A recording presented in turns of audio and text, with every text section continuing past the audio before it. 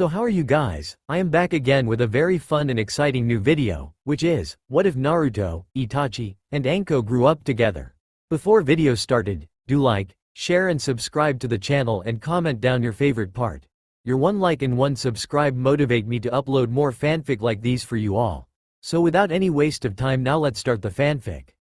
Ka-san. Kushina looked up quizzically from the dishes she was cleaning, looking around her for the source of the call. Ka-san. She looked around again, only this time a young boy slid into the kitchen, his bare feet slapping pointedly against the tiled floor. The tall red-haired woman chuckled at her son's antics before putting down the bowl she had been wiping. What is it, Naruto-chan?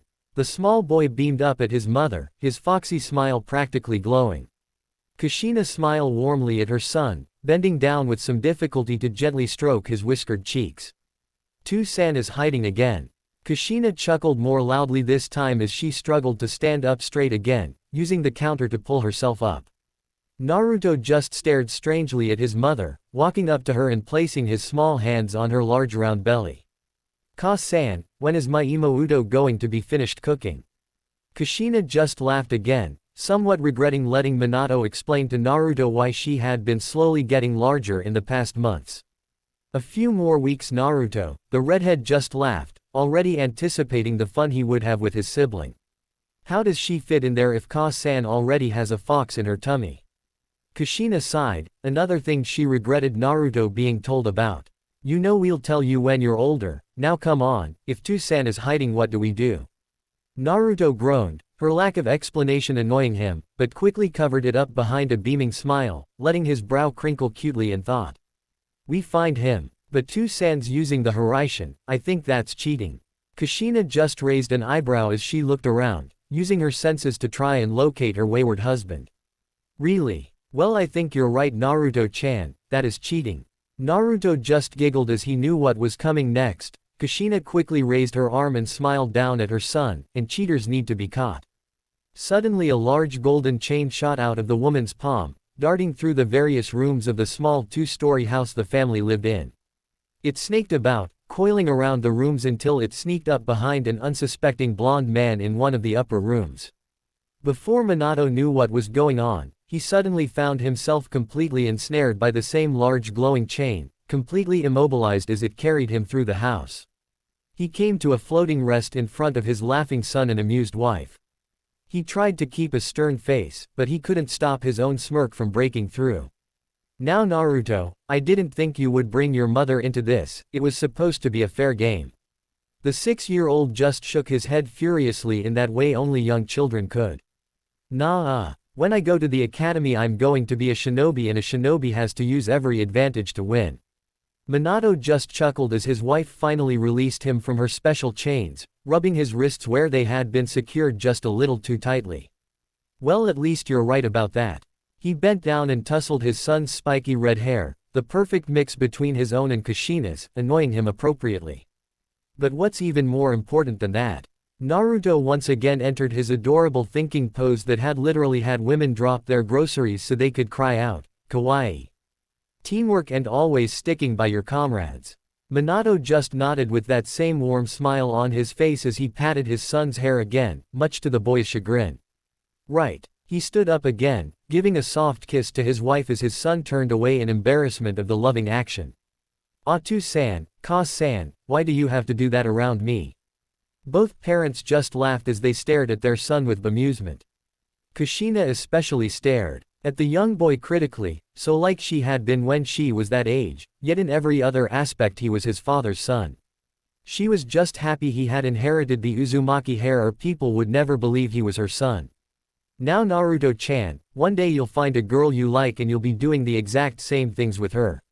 She bent down again, this time helped by her husband as she wrapped up her son in a hug, then you can have your own family. Naruto just nodded warily, his mother was always stressing the importance of family. Yeah, I just wish you didn't have to do all the yucky stuff in between. Minato laughed at that as he helped Kushina up onto her feet again, enjoying his son's naivety and innocence. But Naruto, that's the best part. To prove the point, he quickly captured Kushina's lips in another searing kiss, once again to Naruto's embarrassment and annoyance.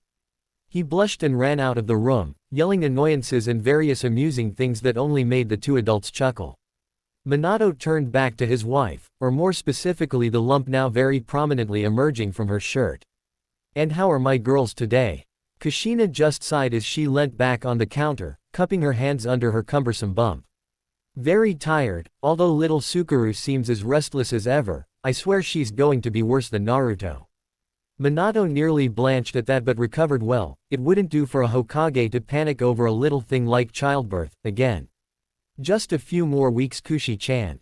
The woman just sighed and nodded as she returned to wiping up the bowl she had been working on. At least this time she knew what to expect as opposed to during Naruto's birth when she had practically assaulted her friend Makoto for answers. Right, Mina-kun, then we get to watch Naruto in his first days at the academy." The blonde smiled as he began walking out of the room. "Hey, where are you going?" Minato just chuckled as he went searching for his elusive son. "I'm going to go and train Naruto some more. It won't do for a Namikaze or an Uzumaki to be left behind in the academy." Kushina just smiled sweetly as she turned back around. She winced as she felt the baby kick again and rubbed her swollen stomach soothingly. "Just a few more weeks, Sukuru, just a few more weeks." 18 days later, Naruto stood in the middle of a clearing, a blindfold over his eyes as he held a single kunai by its handle. Minato watched him with a smirk as he slowly walked around his son, barely making a whisper with his feet. 6 kunai were scattered around the edge of the clearing, each bearing the same 3-pronged design and the same sealing formula on the handle. "Alright Naruto, you have to listen really carefully. Feel for the slightest disturbance, your reflexes will do the rest." The blindfolded boy just nodded as the muscles in his arms tensed in anticipation. He waited until he felt his father leave the clearing, noting how the wind died down completely. He was left with an eerie calm, his ears twitching ever so slightly as he listened out for even the most minuscule changes in the environment, sorting out the animals from the more unnatural sounds. Finally, Naruto spun on one foot, pivoting at the same moment he flicked out his kunai, letting it sail perfectly straight towards what he'd hoped was his target. He lifted up a corner of his blindfold to look at his father, holding the kunai he had thrown. With wide eyes he stared, realizing it was a few inches from his father's throat. His father coughed as he pulled the blade away, blinking slightly at his son's unerring accuracy. It was on par with an Uchiha. "That was good Naruto, I think you have, listening to your environment, down." He looked down at the shining kunai. Again as he gulped, still a little startled that a kid not even in the academy had gotten so close to a vital spot. It was a good job he was the fastest man alive. He smiled a little, thinking that there was definitely no doubt that Naruto was his son. Although he did wish he had inherited his blonde hair, he could only hope for little Sukuru. "Your accuracy is spot on too." Naruto grinned broadly, jumping up and down in a little celebratory jig as his father chuckled. "But that's no excuse to get complacent. Remember to always keep training no matter what the circumstances are. If you aren't at your peak, then how are you supposed to protect your comrades?" He knelt down, pulling his son up onto his shoulders, much to the little redhead's delight. "Or your family?" Naruto just nodded determinedly, fire in his eyes as he made an internal promise to never stop training and to always protect the people closest to him. "Minato." The blonde spun, unintentionally making his son giggle as he was thrown about atop his shoulders. He watched as his wife came staggering out into the garden clutching her stomach as she wheezed. "Kushi-chan." Kushina just continued to pant before she groaned suddenly, her knees bending a little as she quickly went through her breathing exercises. "She's coming Minato." The man just blinked as he stood there, stock still, his mind shutting down. Thankfully his son quickly knocked him on the head once, shocking him out of his daze as he suddenly flashed across the field so fast Naruto had to hold on or risk getting thrown off. "Oh okay, we just need to call Bawako right." Kushina just nodded quickly between labored breaths as Minato hurriedly looked around, carefully setting Naruto down on the ground before disappearing into thin air. He returned a few moments later holding a flustered and slightly irritated Bawako. The woman took one look at the situation before gently placing a hand on Kushina's shoulder. Instantly the woman relaxed as calming chakra began to flow through her system, allowing her to fall limply into Minato's arms with a lazy smile on her face. The blonde quickly began to carry his wife off, an enormous smile on his face before a small voice interrupted him. Utu-san, what's going on? Minato froze and quickly rushed back to his son's side, making sure not to disturb Kushina too much. Don't worry about it, Naruto, everything's fine, just wait in the house. Naruto just nodded uncertainly as he looked between his smiling father and his now blissfully drugged mother. Just think of this, Naruto, by the time I come back tonight, he looked down at the large bump under his wife's clothing, you're going to have a little sister. Naruto smiled brightly at that, forgetting all the confusing things that had happened so far. Minato stood up, but not before tussling his son's hair, quickly making his way through the house as Naruto followed. The little redhead watched from a window as his father carried his mother away towards the safe house where she could give birth. For a moment he was confused that they weren't going to the hospital, but he didn't really understand all that much about where babies came from anyway, so he just shrugged. He looked around while grinning deviously. He had the house to himself for a few hours. Naruto was getting a little worried. He had finished training a few hours ago and had taken to just lazing around and raiding the fridge when he could. Now he was sitting by the window, looking out over the village as he waited for his parents to return with his new sister. He was excited as well. He was going to play with her loads and teach her lots of things like jutsu, as soon as he learnt some, of course. He already had the substitution down. It was part of his father's speed training to see how many times he could substitute in a minute. Now though it was getting late, it was well past his bedtime, not that he would ever admit to needing one. However, his eyelids were growing heavy. Yet, he wanted to be awake. He was eagerly awaiting for his new family to return home. Even so, his vision was getting a little cloudy and the couch he was lying on was getting increasingly comfortable.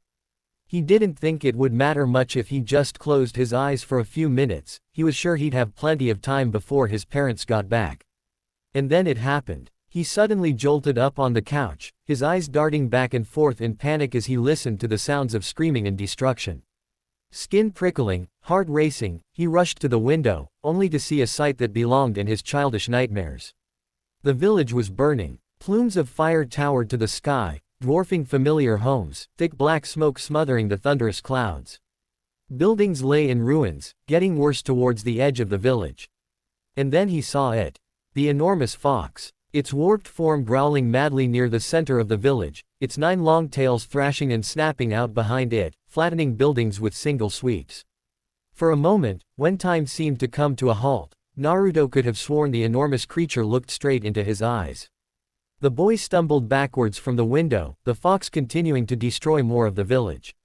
Naruto turned from the window even as screams echoed, his hands clamping over his ears. He was alone. Where were his parents? He ran upstairs, his legs burning, his body shaking. He swallowed frightful breaths, wrenching his eyes shut, diving onto his parents' bed as he dug underneath the covers, snuggling tight into the gentle, lingering warmth they left behind. Suddenly, surreally, his father appeared. Looking around frantically, he called, until he spotted Naruto, a lump in his bed. He quickly ran over, going down on one knee as he looked his son straight in the eyes. Naruto didn't know why he was wearing his Hokage coat. Naruto, I really need you to be brave right now. The redhead nodded quickly as he stifled a sob, trying to pull himself into a more dignified position as his father gave him a weak but warm smile. You need to come with me, there's something we have to do. Naruto nodded again, confused, but he could never turn down his father before, on anything. Minato smiled again as he pulled his son into his arms, lifting him up off the bed. To-san, where's Ka-san and Imouto? Minato didn't say anything, but if Naruto had seen his face he would have noted the single tear that rolled down the usually unflappable Hokage's face. Both disappeared in an instant, reappearing only moments later to the louder screams of terrified civilians. The acrid stench of destruction and burning was full in Naruto's nostrils and it made his eyes water. His father set him down on the roof they had arrived on. He looked around until his eyes landed on the fox. It was looking straight at him, its massive jaws pulled back in a snarl as it continued to swipe at the shinobi, attempting to stop it.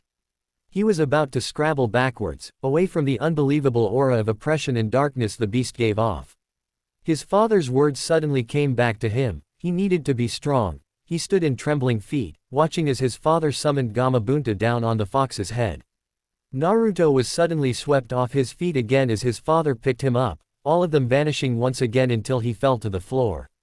He looked around again, immediately spotting the shock of red hair that could only belong to one other person. Ka-san. Kushina swept up her son into a hug even as a large altar poofed into existence behind them, summoned by Minato. The Nine-Tails was thrashing around violently, wondering where it had been taken now in its red haze of vision. Naruto, I love you, please be strong. Naruto sobbed again, not understanding what was happening, it was all going too fast for him. Ka-san, I don't unders. They both looked up as the enormous demon crashed its hand down on the ground, upsetting the earth and creating a massive cloud of dust. All he saw was his father standing there, his shirt blown open as he just stared at the enormous fox, bound by the chains erupting from his mother's back. He found himself being laid back in the altar, staring up into his mother's perfect purple's eyes. He saw the tears, they were swollen and red but they looked down at him comfortingly. It's going to be okay Naruto-chan, everything's going to be okay. Naruto just nodded, his mind not working right as he tried to take comfort in his mother's eyes. Suddenly he felt a blinding pain like his insides were being set on fire. He screamed out but his mother just held him tighter, pulling him into her chest as fresh tears spilled down her own cheeks. Naruto was breathing heavily, his breaths coming out in rasps as the pain continued to flow through his body, not even noticing the seal that began to write itself on his stomach. He opened his eyes, only to freeze in shock as he saw his mother standing over him, holding back the enormous claw of the beast. She gulped, tears streaming down her cheeks as she took one last look at her son. Naruto lo, she fell limp a moment later, her body falling to the ground in a growing pool of her own blood. Naruto could do nothing but stare in shock, frozen by fear and disbelief as he watched his mother's body draw its last breath, still looking into his eyes as they locked together one last time. He didn't even notice as the great beast dissolved in front of him, the energy rushing into his body that was already numbed. Seconds, or maybe hours trickled by as he just lay there, staring at his mother's body until a warm hand found its way onto his shoulder. He turned, almost mechanically to look up at the pain-stricken face of his father, although he hid it well. Naruto looked down at the strange spiral seal on his father's stomach, not knowing an identical one now rested on his own. T2-san. Minato just smiled weakly at his son, already feeling his life slipping away and finding the words hard to speak. Know that we're proud of you Naruto, we always will be.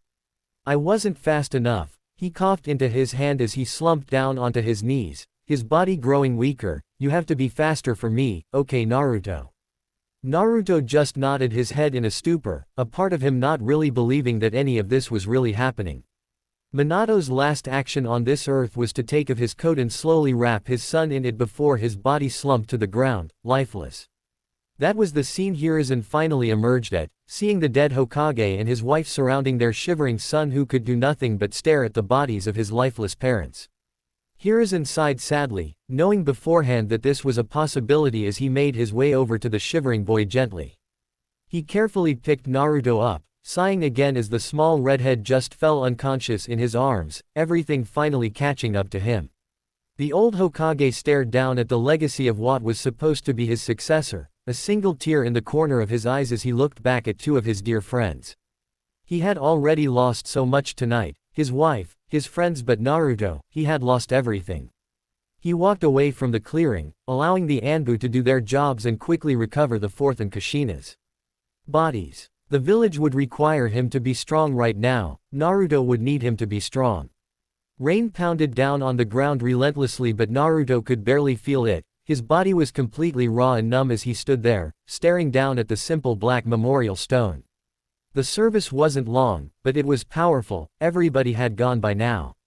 He was left alone, staring down at the three names inscribed in the stone, seeing his own face in the polished rock. He wasn't sure how long it was he was standing there before the Hokage finally put his hand down on his shoulder, but based on how soaked his clothes were it was at least 10 minutes. Come now Naruto, you'll catch a cold if you stay out much longer. Naruto didn't reply, he didn't even move, his eyes just kept running across the same three names over and over. Hiruzen just sighed as he kept his hand on the boy's shoulders, knowing what he was going through. It would take time but Naruto would recover, he would grow strong again and strive to make his parents proud. You should go home Naruto. The academy starts tomorrow. Your parents would have wanted you to go. Naruto just nodded lamely as he walked off, not even glancing back at the formerly retired Hokage. He trudged off through the pouring rain, his mind and body completely numb to everything around it. Even now his mind was stuck, reeling through those names, the names on that simple black memorial that would haunt his dreams. He walked through the streets, skirting around a large crater without really looking. His body was mostly working on instinct today, just going through the motions as he lamely made his way through the village to the academy. He was wearing one of his father's old tracksuits. He didn't know why he had picked it out specifically, but it was smooth and smelt of his father. His forever untamable hair spiked out around his head and he ran a hand through it, remembering how his mother always tried to make it fall flat like her own. His hand fell back down to his side as he crossed the threshold of the academy, sliding round people like a ghost as he glided towards his classroom. He took a seat at the back, idly noting the faces of some of the other students as he moved past. Some were crying while others were consoling their friends to the best of their abilities, most were shocked but otherwise okay. He noticed a young raven-haired boy take a seat at the back on the other side of the class from him. He too was very quiet and reserved. He sat down, not really watching as the rest of the class slowly trundled in, no real haste to any of their movements. The Kyuubi attack had hit hard and fast. Nobody had escaped without some damage. Naruto looked down at his own stomach, knowing full well what he now contained within him, the very creature that took away the lives of his parents. He didn't know it, but his fingers were clenched hard on the table, his fingernails scoring through the wood with a noticeable shriek. It earned him some strange looks from the rest of the class, not that he particularly cared. Nobody sat next to him. He didn't know if it was because of who he was, what he contained, or just because of the vibe he was giving off. He was glad for the solitude, it let him think, although that probably wasn't for the best as his thoughts tended to drift towards the darker side nowadays. Finally the last of the students took their seats as the sensei cleared his throat, starting off with a relatively boring lecture about how the attack on the village wouldn't weaken their will of fire or something like that. Naruto zoned out, only keeping a wary ear out for any useful information. He still hadn't forgotten the promise he had made to his father, the last promise he could ever make to his father. He was going to get stronger, he was going to get faster, he would protect those precious to him. He slumped down on the desk, earning a few more curious looks from his classmates as he closed his eyes. He wasn't sleeping, he was just tuning out everything like his father had taught him, a form of mediation he had learned to augment his senjutsu training. He was rudely awoken from his semi-trance though when the door to the classroom burst open. All eyes turned to the door where a young girl of their age now lay on the floor, her momentum having carried her through the door too far.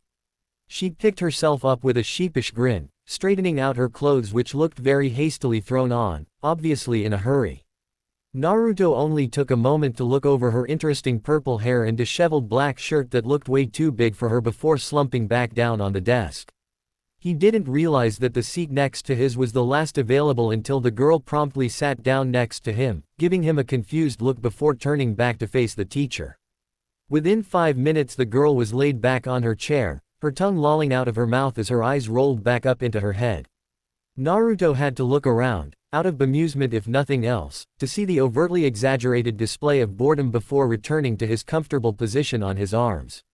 He was listening to the lecture carefully, filing it all away in his mind if it proved useful, but it was becoming increasingly difficult with the girl next to him snoring in a loud and obnoxious manner. He tried to ignore it, but he found himself constantly looking up from his desk only to see the girl crack an eye open and smirk at him before returning to her annoying snores. She was hastily brought out of her fake sleep when the teacher threw his eraser clean across the room, slamming the girl right in the forehead. She tumbled back off her chair to painfully smack her head against the back wall, rubbing it painfully as she glared at the teacher. What was that for? The teacher's eye just twitched violently as he held up the clipboard higher so that she could see it. Anko Mitarashi. She just glared even harder at him. Yes, sensei. The Chunin just glared at the girl a little longer, already knowing she would be a pain to teach.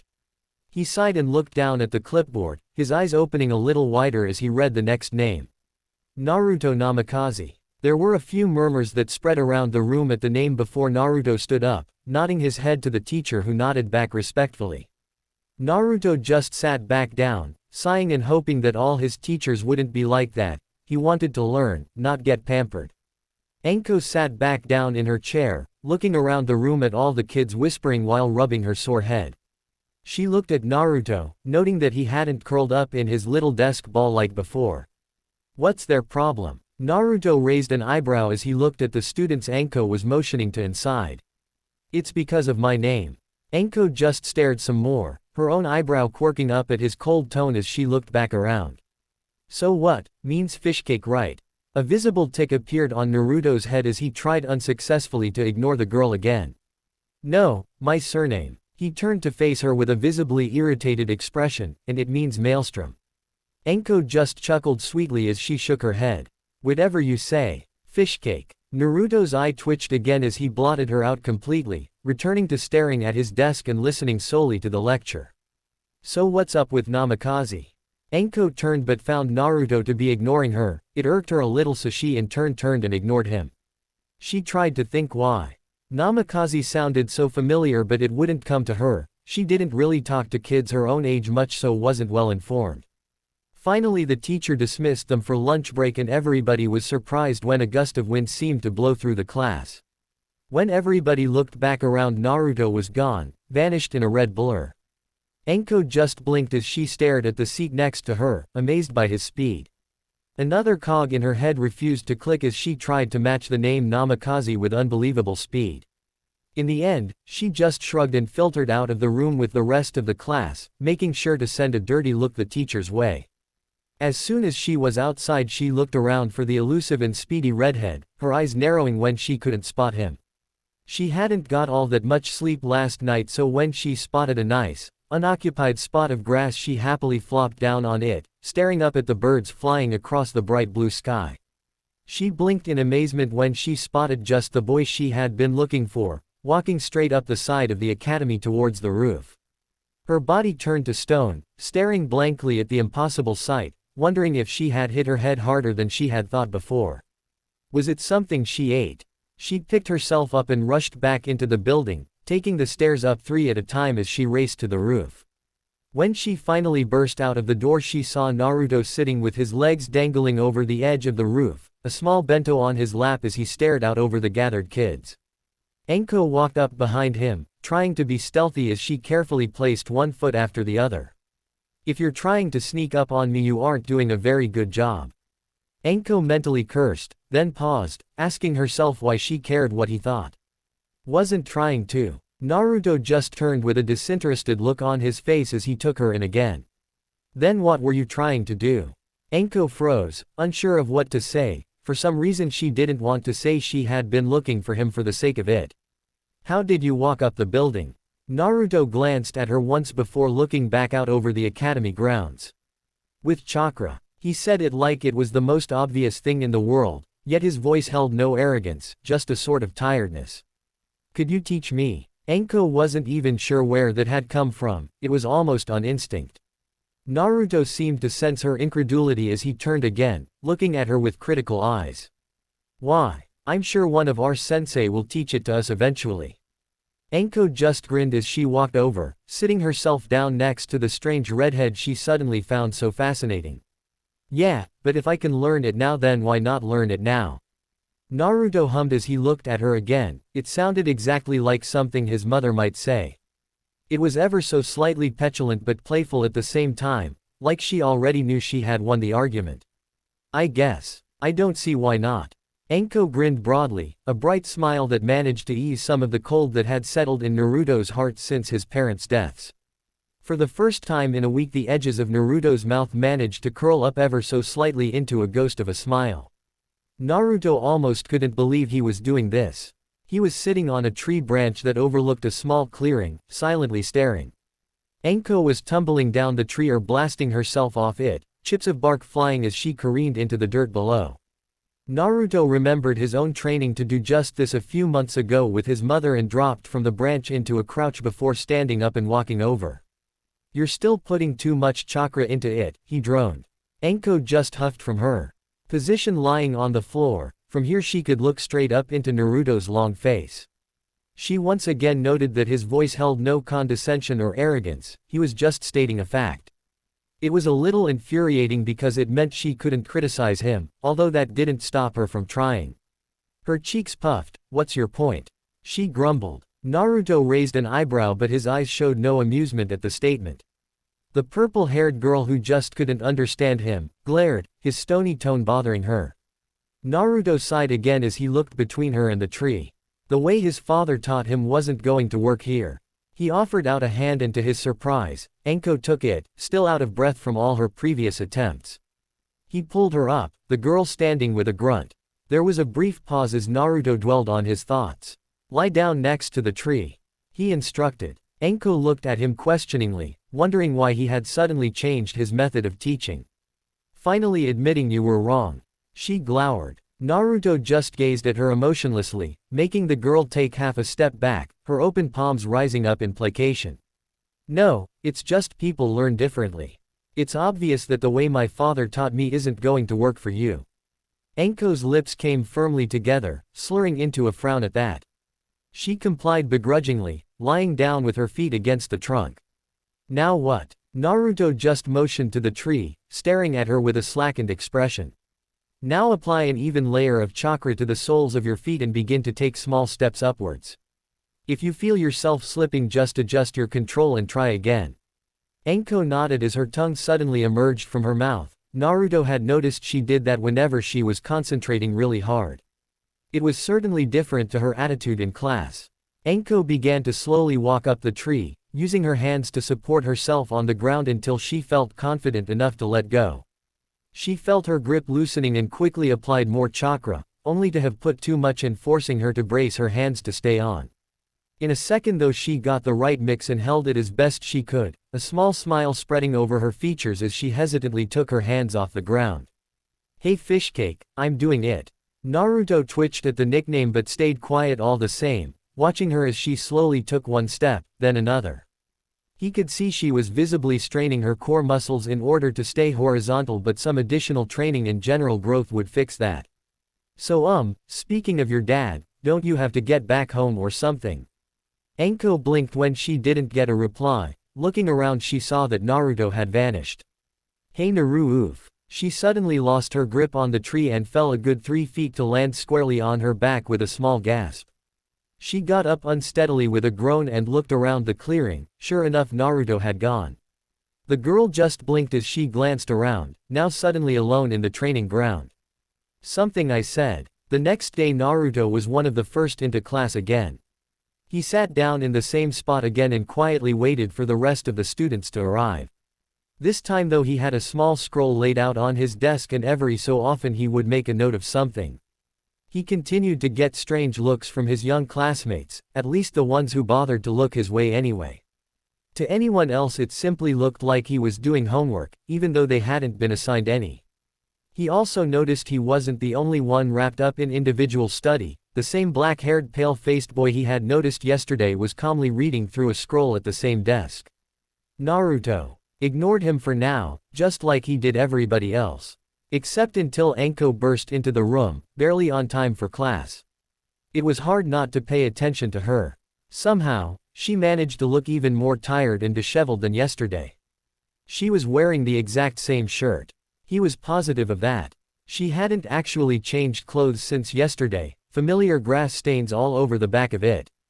Granted, he was wearing the same tracksuit as before, or at least of the same style. It turned out his father had a lot of them in his wardrobe. He shut his eyes for a moment. Going through his parents' room had brought up a lot of memories for him.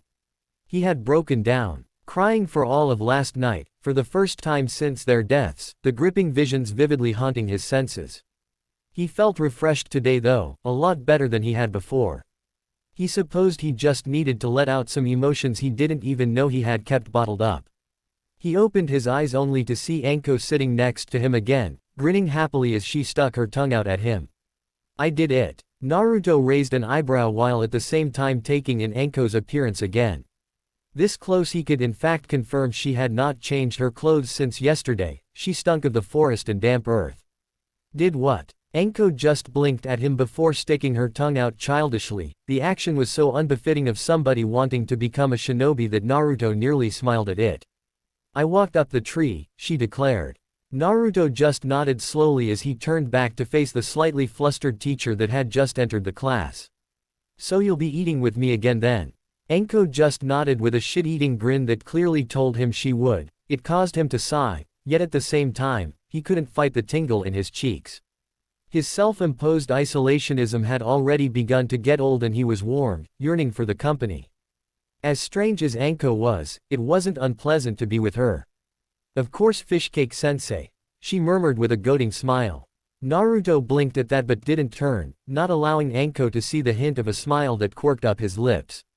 The rest of the morning passed slowly. The redhead listened to what the teacher said while occasionally making notes of his own in his scroll. Anko was, well, Anko, she proceeded to piss of their teacher as much as physically possible, starting up cruel a game of dodge the eraser. The rest of the class, save a select few, seemed to find her antics just irritating, teacher included. One girl on one of the front benches laughed every time Anko would dodge the soft, chalk-stained projectile which earned her a few harsh glares from the teacher at encouraging the purple menace's behavior. Naruto took a moment to look at her, long brunette hair that flowed down her back like a wave, pale skin and the two red triangular markings on her cheeks that marked her as an Inuzuka. Minato, as Hokage, found it very important that Naruto be knowledgeable about all of the major clans in Konoha. It was important he didn't embarrass himself in a social situation, not that it mattered in the end. Other than that, the morning passed on without problem. Like clockwork, as soon as they were dismissed, he vanished from the room in a barely visible blur of red. When Anko chased him outside, she saw him scaling the side of the building, almost taking lazy steps to walk up without problem. Tentatively she placed her feet on the wall, remembering everything the redhead had taught her yesterday as she slowly, but eagerly, scooted her way up the academy wall. A few kids stopped to watch her with amazement but she ignored them, focusing on the chakra flowing to her feet, keeping it even as she made her way up. Finally she was able to walk over the edge of the roof where a quiet Naruto was calmly eating from his bento. She was a little irritated that he didn't even mention the fact she had successfully walked up the wall, like it didn't matter. She sat down next to him in a huff, not even bothering to strike up a conversation as he just continued to eat. Naruto looked around, wondering why Anko hadn't started pestering him for something yet. He noticed she didn't have any lunch in front of her. Thinking she probably forgot it in her haste, he offered up his opened bento to her. Anko just stared down at the offering for a moment, blinking in surprise at the kind action that had no apparent prompt to her. Why? Naruto gazed at her with inquisitive purple eyes. He was just doing what he thought was right. His mother had always stressed the importance of equality while his father had always imposed the importance of working together. I have food and you don't. It just seems like the right thing to do. Anko stared at him a moment longer before picking up one of the rice balls. She raised it to her lips but paused before she bit in. Naruto just looked at her with the smallest of smirks. What? It's not poisoned or anything. Anko frowned and bit onto the rice ball, smiling as she enjoyed its home-cooked taste. She finished it quickly, much to Naruto's mutual shock and mild amusement before licking her fingers clean. Thanks for that, she mumbled. Naruto just nodded as he returned to his own meal. No problem. The roof quickly returned to some semblance of silence. Why are you being nice to me when all I do is bug you? Naruto looked around. They had managed to stay quiet for almost 5 minutes before Anko finally spoke up again. What do you mean? Like I said, it's just what I think. Anko looked at him sternly, the look unbecoming, his red brows raising nervously in confusion at her. I mean, why do you even let me hang out with you? Why bother training me? I'm sure you had family to go home to yesterday. Wouldn't they be worried if you stayed out just because of me? Naruto went very quiet as he turned away from Anko, staring out over at the kids talking and playing or eating lunch down on the ground. My parents died in the Kyuubi attack. Anko went quiet as well, her mouth opening and closing rapidly without really knowing what to say. Her lips fumbled. I'm sore, but Naruto raised a hand, waving off her apology quickly. Don't bother, it gets really sickening after a while. Having everybody's pity, he trailed off, you didn't know. So don't worry about it. He chuckled, a relatively humorless laugh, but it was better than anything else he had managed in the last few days. If he had been looking at himself then he would have been amazed that he could even manage a laugh at this point. I don't know, having you around just makes it less lonely, I guess. He laughed dryly again as he turned, his hand rubbing the back of his head as he offered the first genuine smile Anko had seen so far, even if it was only small. I guess that sounds pretty sad, huh? Anko quickly shook her head, not wanting to upset Naruto any more than she already might have. He laughed again as he settled back on the roof, looking up at the sky with clearer eyes than he had for a while. He felt a tiny bit of that weight that settled over his chest lighten as he looked up. You managed to fill a silence pretty well. Anko smiled at that, until she got the hidden message and promptly punched Naruto in the arm. Ow. He said it fairly flatly, not having actually felt the punch compared to what his mother would dish out when he got especially cheeky. Anko just smiled that sickly sweet smile she could do, the one that looked innocent enough but was clearly a sign of her growing irritation. Naruto laughed it off, suddenly something he could do with relative ease again. Thanks for that. Anko turned, looking at the redhead curiously with a cocked brow. For punching you. Naruto nodded with the barest hints of a smile as he returned his gaze to the ground. Yeah, people have been treating me like glass ever since Ka-san and Tu-san died, I'm sick of it. At least you don't tiptoe around everything like I might break or something. He turned, his smile growing ever so slightly. It's refreshing. Anko nodded stiffly, looking down at her hands in thought, maintaining a neutral quirk in her lips, which Naruto didn't seem to mind at all. Any time. Naruto chuckled emptily again as he straightened up, feeling a lot better, at least until he caught somebody on the periphery of his senses. It's rude to eavesdrop on people you know. Anko just looked around curiously, wondering who Naruto was talking to. It was answered when a tall black-haired boy dropped down behind them, gazing at them almost as dispassionately as Naruto. Apologies, I didn't mean to intrude on anything. Naruto turned, noting that it was the same boy he kept noticing in the classroom, probably an Uchiha by his sharp eyes and even sharper hair. Hey, it's a free roof. The boy just smirked briefly as he sat down on the opposite side of Naruto to Anko.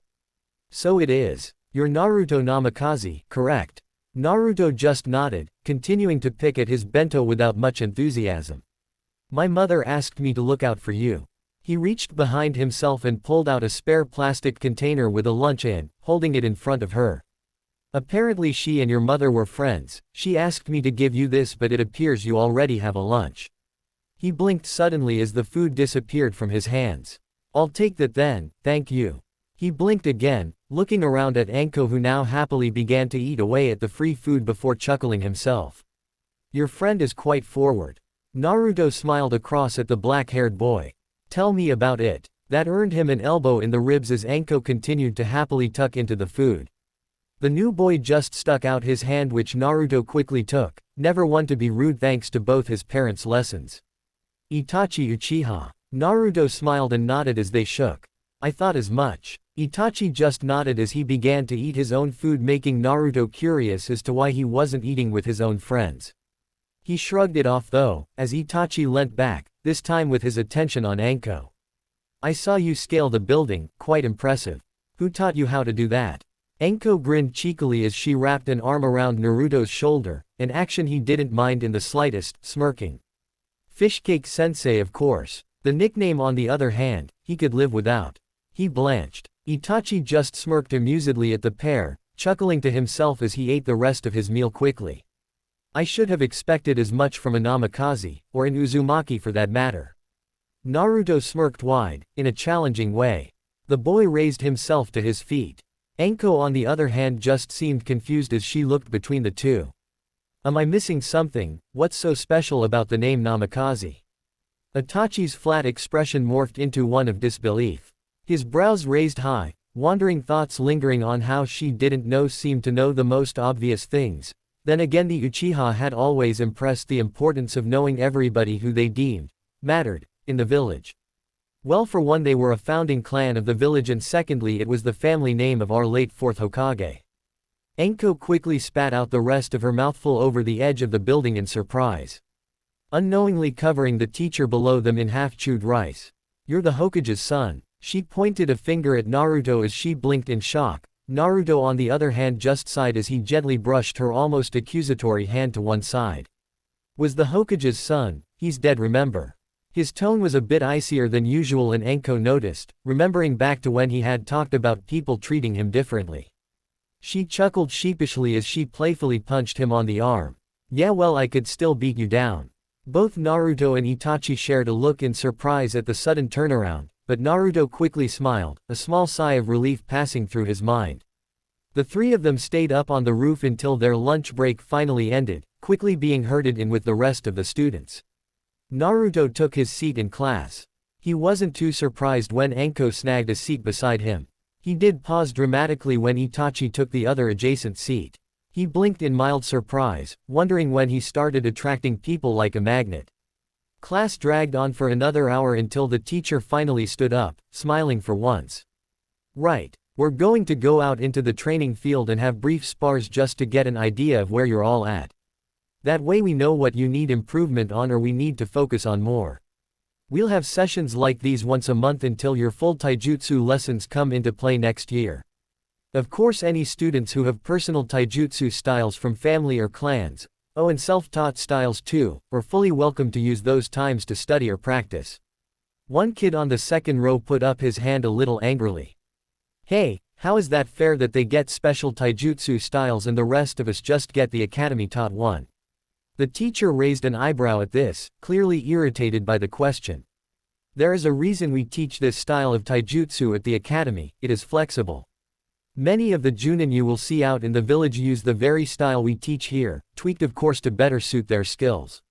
However, if you must know one of the most powerful and highly praised taijutsu styles to come out of Konoha, the Goken, was created by a student no older than yourself, self-taught from scrolls in the library. You are more than welcome to try and replicate the feat if you are so inclined. The student quickly sat back down, now a little embarrassed as evidenced by his red face. All right, now if we all will come outside. All the students in the class suddenly braced for the sudden gust of wind they were expecting as Naruto exited the class. However, all looked around in bated breath to see him sitting still with his arms crossed over his chest. What? Everybody blinked simultaneously, some sharing a laugh. It was an amusing sight when they were all staring at the same boy. Naruto just followed along quietly as the class filed out of the building into the small training ground out the back of the academy. He sat on the farthest side of the bleachers, barely paying attention as various kids were called up to spar against one another. Most of the time it was pitiful at best, kids that didn't know the difference between throwing a punch and flailing an arm. Finally he watched with some curiosity as Anko was finally called up to fight against the brown-haired girl he had observed earlier. They took their stances and Naruto noted that Anko's form actually looked half-decent even if the other girls seemed more honed, most likely due to the fact it had been tested out through countless battles with members of the Inuzuka clan. Anko offered up a cheeky smirk as she leaned back slightly on one foot, putting all her weight backwards. Naruto narrowed his eyes at the strange and risky tactic, wondering what it would accomplish. He got his answer as Hana shot forward, typical of their style. She rushed in without really thinking about the consequences. Her speed was impressive, especially for a fresh academy student, but even so Anko seemed prepared. At what looked like the last possible moment she managed to pivot on her back foot, swinging out of the way of the sloppy frontal assault. She quickly capitalized on her opponent underestimating her as she carried through with her momentum, completing her spin by bringing her elbow down on the Inuzuka's back. The girl was instantly floored, crumpling up onto the ground with a jolted groan. But she quickly recovered, rolling forward. She gracefully curled back up onto her feet with a determined look. Naruto was surprised by the seemingly uncoordinated yet efficient strategy that Anko achieved. Maybe he had been a bit quick when he so easily dismissed her hollow jibe at beating him. It continued in this strange manner for a minute or two. The girl would launch fast, but sloppy frontal attacks on Anko who would counter without ever moving her weighted foot. Finally, the Inuzuka seemed to twig what her opponent was doing and in a surprising display of tactics, she readjusted her attacks. Suddenly spinning to one side as she ran forward, she launched a leg forward past her crafty opponent, intent on sweeping out Anko's leg with a battle cry. The purple-haired girl just smirked as she used her other leg to swing up, using that momentum to carry through, flipping her body around and delivering a harsh but effective axe kick to the other girl's face. The Inuzuka went spinning out of the small ring the teachers had set up, dazed, while Anko casually strode out. The teachers failed to hide their slack-jawed, shifty-eyed gazes at one another. It was damn near unheard of for a civilian to defeat a clan heir in pure taijutsu, especially this early on in the academy. Naruto just found himself smiling as Anko strode over, plopping herself down next to him with a look that said, "Beat that." They had to wait another few matches, some more interesting than others, before Itachi's name was called up, followed by a civilian trainee. It was barely worth being called a fight. The boy just rushed the more stoic Uchiha, hoping to get in a lucky hit early on. Itachi simply waited for him to get close, diverted his barely coordinated punch away and delivered a quick but brutal open-palmed strike into the boy's chest. Needless to say, the boy was sent flying out of the ring while Itachi walked back over to the stands to sit next to Naruto and Anko. Many of the teachers were a little disappointed, hoping to see a proper Uchiha fight, many now looking out for any decent candidates for Itachi to spar with next time. A few more fights later and Naruto was finally called up, apparently the last spar of the day. Surprisingly, his opponent was another Uchiha, a boy with short and unruly black hair called Shisui. They both entered the ring, settling back into their desired taijutsu stances, which made many of the teachers widen their eyes. A few of them blinked at Naruto, instantly recognizing his father's personal style, built around the Namikaze's legendary speed. Shisui just settled into the typical Uchiha interceptor stance as Naruto cocked his head to one side. "You know that style is much more effective with the Sharingan," Naruto stated clinically. Shisui offered small smile in return, not rising to the jibe. "I have to make do until it surfaces, until then it has proven effective enough." Naruto just nodded with a small shrug as neither opponent moved, the inevitable problem arising when two taijutsu styles built around counter-attacking meet. Naruto decided to get things moving, considering the only disadvantage he had with his style was that his body wasn't at its peak speed yet. He moved forward, pressing off his dominant leg as he flashed across the small arena in a blur of red. Many of the students and even some of the teachers were left speechless from the display of speed. Naruto quickly unleashed a small but efficient sweeping blow to Shisui's left side, hoping that it was the boy's weaker side. He was wrong though, and even without his Sharingan, the inherent reflexes honed by training allowed the Uchiha to divert the blow from his body before counter-attacking with a higher punch aimed at Naruto's head. The Namikaze couldn't bite back a smile, finally allowing his style to come into its own. The whole concept of the taijutsu style was to be faster than your opponent, allowing you to first predict their attack, much like the interceptor style. However, unlike the Uchiha's patented style, his did not work by diverting attacks followed by counter-attacking. Instead, the idea was to attack while your opponent was still attacking, strangely more of an interception than its Sharingan-reliant counterpart.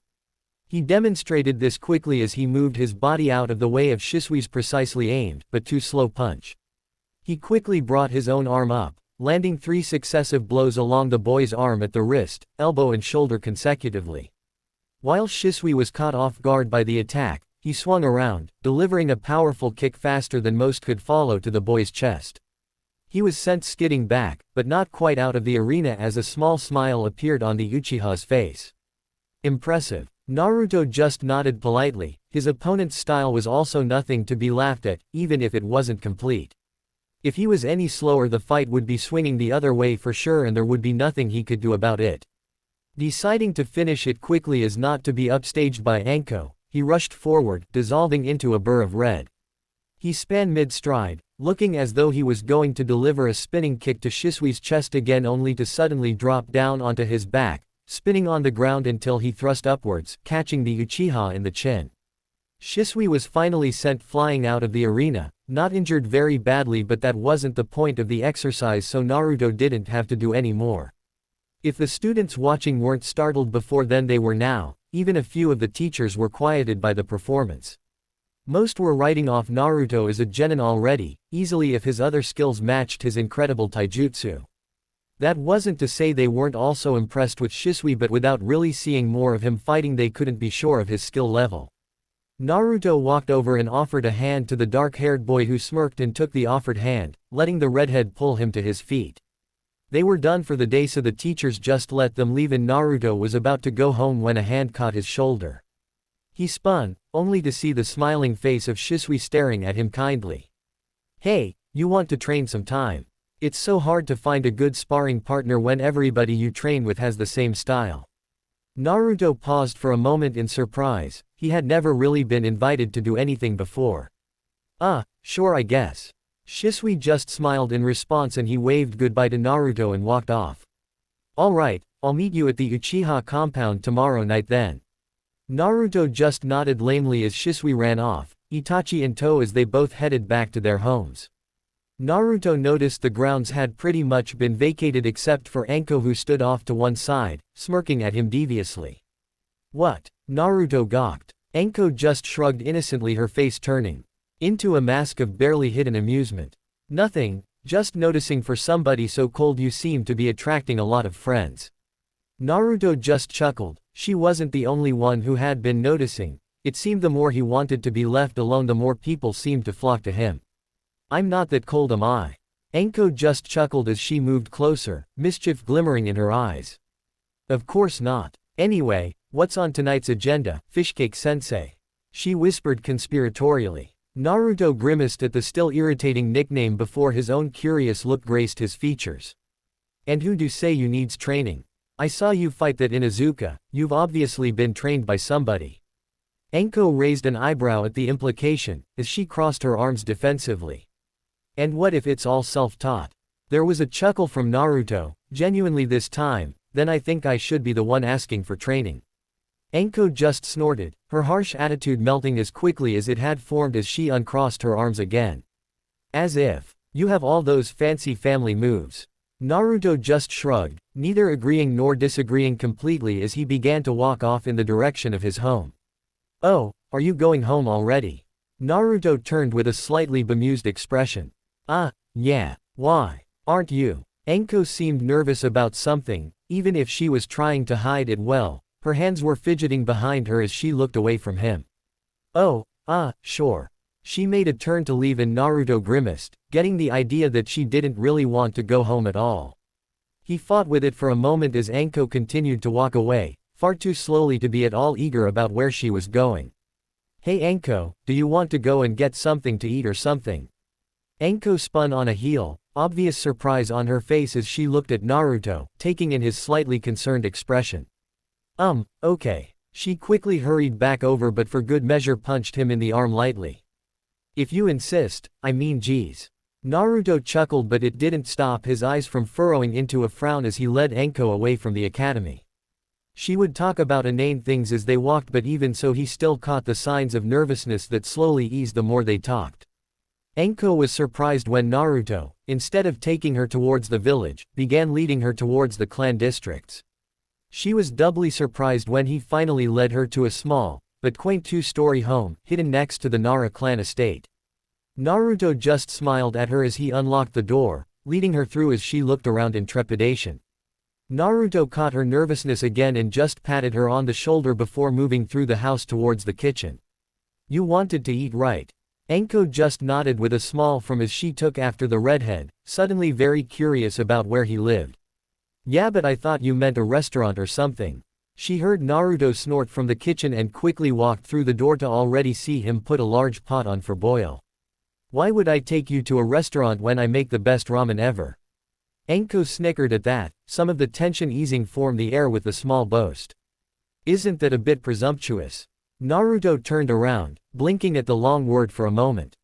His smile returned slowly, thinking he understood it.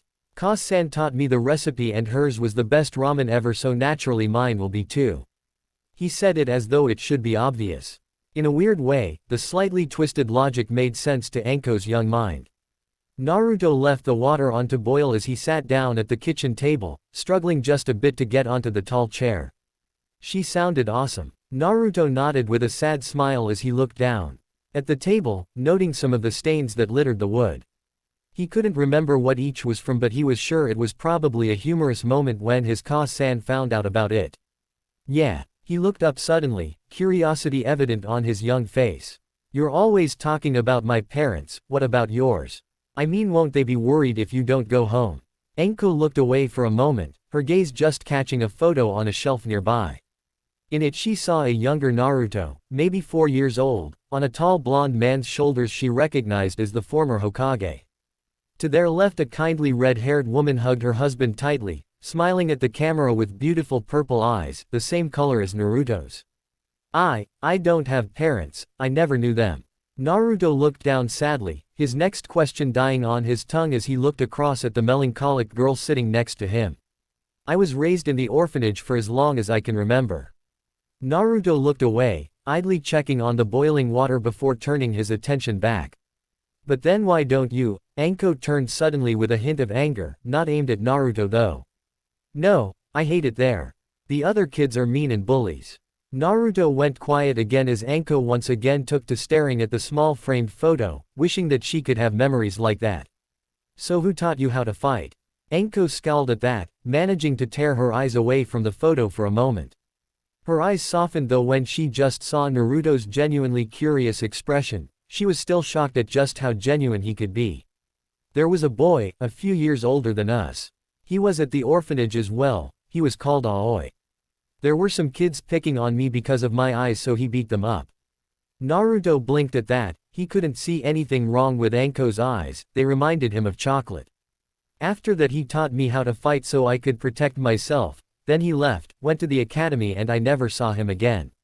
Naruto nodded at that slowly, still trying to puzzle out the thing with Anko's eyes as he failed to prioritize in his mind. Ever since then the other kids just ignored me, treated me like I didn't belong just because I defended myself. The people who work there hate me as well, I can tell, they ignore me too and think I'm a bad influence on the other kids. Naruto wasn't quite sure what to say at this point, he couldn't imagine living like that, it seemed really lonely. Suddenly his eyes shot open wide and he nearly fell off his chair as he rushed over to the pot on the stove, now boiling over. He quickly adjusted it so it was on simmer before adding in the noodles and various vegetables for flavoring. When he returned to the table, Anko seemed pretty much back to her usual self, the sadness in her eyes gone, or at least hidden for now. Naruto didn't say anything, not wanting to upset the girl any more than he might have already. They stayed in silence for a little bit as Naruto continued to cook and Anko flitted her gaze between him and the photos dotted around the room. Finally, when the ramen is ready, Naruto lay it out on the table in front of Anko, giving the girl a small smile as he did so. Itadakimasu. Anko nodded back with her own fleeting grin before tucking into the steaming ramen, her eyes immediately lighting up as she drank in the broth. Het, fisses reagi goog. Naruto chuckled as she returned to trying to eat the ramen as fast as physically possible, managing to get through it in an impressive time. Wow. If you think this is good, just wait until I take you to Ichiraku's. Anko just nodded happily as she drank down the rest of the broth, smacking her lips loudly in satisfaction. If it's better than this, then I'm in. Naruto chuckled again as he took her bowl, bringing it over to the sink where he could wash it up later. He turned back around with a smile and Anko suddenly looked very meek, her hands once again fiddling behind her. So thanks for the food, I guess, I should, probably go then. Naruto cocked his head to the side ever so slightly as he gazed at her suddenly inverse attitude. He was amazed at how quickly she could go from a bubbly pile of energy to a meek little girl. He just stood there, rubbing the back of his head sheepishly as he looked between her and the door. You don't have to, I mean you could stay here I guess, it's not like I have to ask my parents or anything. He chuckled lightly, blinking afterwards when he realized just what he said. Anko just looked startled, not really expecting anybody to ever be so kind to her. Really? Naruto just nodded without really meaning to, his body just reacting automatically. Yeah. In a flash so quick though his dad was back, Anko was across the room, hugging him tightly with her head over one of his shoulders. Thank you. Naruto stared blankly, frozen in the contact, completely unsure of what to do in this situation. Once again he was reminded she had been training all day, the scent of the forest still clinging to her clothes. But you might want to take a shower. Anko immediately broke away, a huge blush staining her cheeks as she coughed into her hand nervously. Right, sorry. Naruto led her to the bathroom where she quickly ducked in, still managing to maintain her slight blush the whole way there.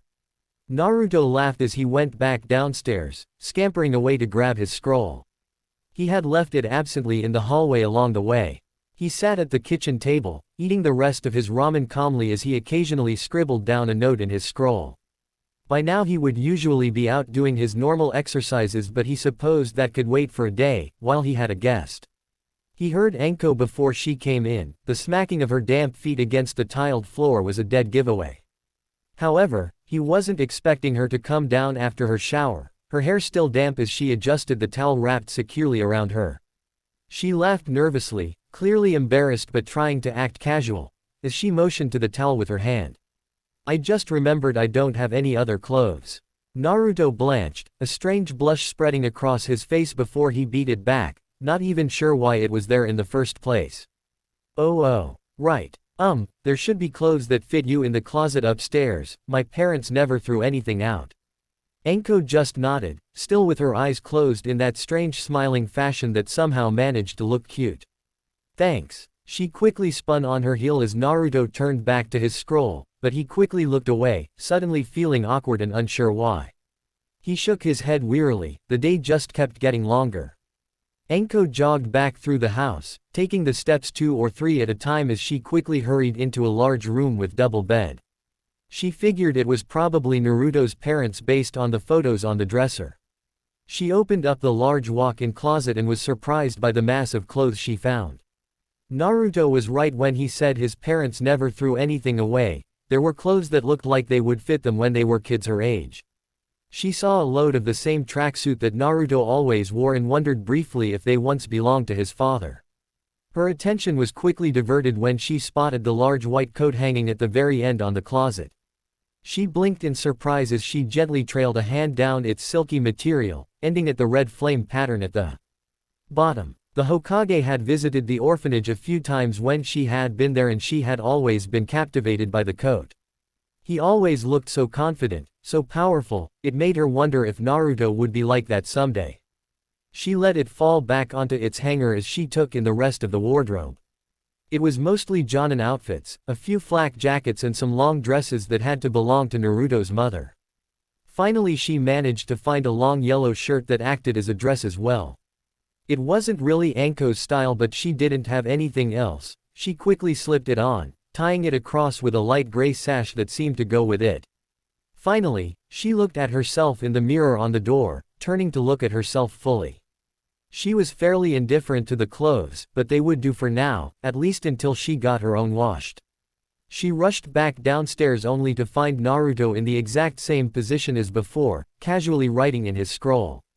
Knowing how good his ears were, she didn't even bother to try and sneak up on him. Instead, she just walked up behind him and peered over his shoulder. If Naruto minded the action he didn't show it, but inside he couldn't help but notice how nice Anko now smelt. "Whatcha doing?" Naruto just lifted the scroll slightly higher so that Anko could see it better, however when she looked she just saw a bunch of seemingly random squiggles and the occasional annotation. "What are they?" Naruto put the scroll back down, putting away his ink brush as he rolled the scroll back up. "Seals. My dad was a master in them. He had me practice my handwriting every day so that I could learn them as well. He told me to always have a scroll with me so that I could jot down anything that came to mind. He said it was how he first thought of the Hiraishin." Anko blinked at the unfamiliar word, looking between Naruto's neutral face and the scroll a few times. "The Hirai what?" Naruto's lips curled up into a small smile as he pushed off the chair, standing up next to Anko. "The Hiraishin was my father's signature jutsu. It allowed him to instantly move to anywhere he had placed a special sealing formula." His brow seemed to furrow in thought as he slowly moved into another room, carefully rummaging in a drawer before pulling out a strange-looking kunai. Most of the time he used these, he pointed out the kanji wrapped around the hilt of the kunai. He would throw them to surprise his opponent then flash to it. He used the jutsu to end the Third Shinobi War, earning his nickname, the Yellow Flash. Anko just listened in amazement, starting to realize just why the man had been elected Hokage. "Wow, he sounds really smart." Naruto nodded with another sad smile as he replaced the kunai in the drawer. "Yeah, but one day I'll figure out how he did it, something not even his teacher could do, then I'll make him proud by making an even better jutsu." In that brief moment Anko couldn't doubt Naruto for a second. Despite his level voice she could feel his determination radiating off him in waves. He shrugged with a small smile, motioning to the scroll again, "But until then, I have to work my way up from the basics like he did." Anko pouted at that. If there was one thing she didn't like, it was having to wait for something good, even if it was definitely worth it. However, a smirk quickly replaced the pout as she looked at Naruto. Well, just make sure you don't leave me behind when you become the fastest guy alive. Naruto's smile grew a bit as he laughed. Of course not. You're my friend, aren't you? Come on, I'm used to training at this time, you can join me if you like. He smiled again and walked out the room towards the large open field out the back of the house. Anko just stood still, rooted in her spot. As she let Naruto's words sink in. She had never had a friend before, at least not anybody who would openly say it like that. While her tone had been joking, it was a genuine concern of hers. The only other person to ever show her any kindness had quickly abandoned her, thrown her aside to move on with their own life. She just didn't think she could go through that again. Realizing she had zoned out a little and could hear Naruto calling her from outside, she quickly ran out, slipping on her sandals as she went. The two sparred for a while, Naruto testing out how effective Anko's taijutsu was. It was an excellent style, if seemingly haphazard, unrefined and imbalanced.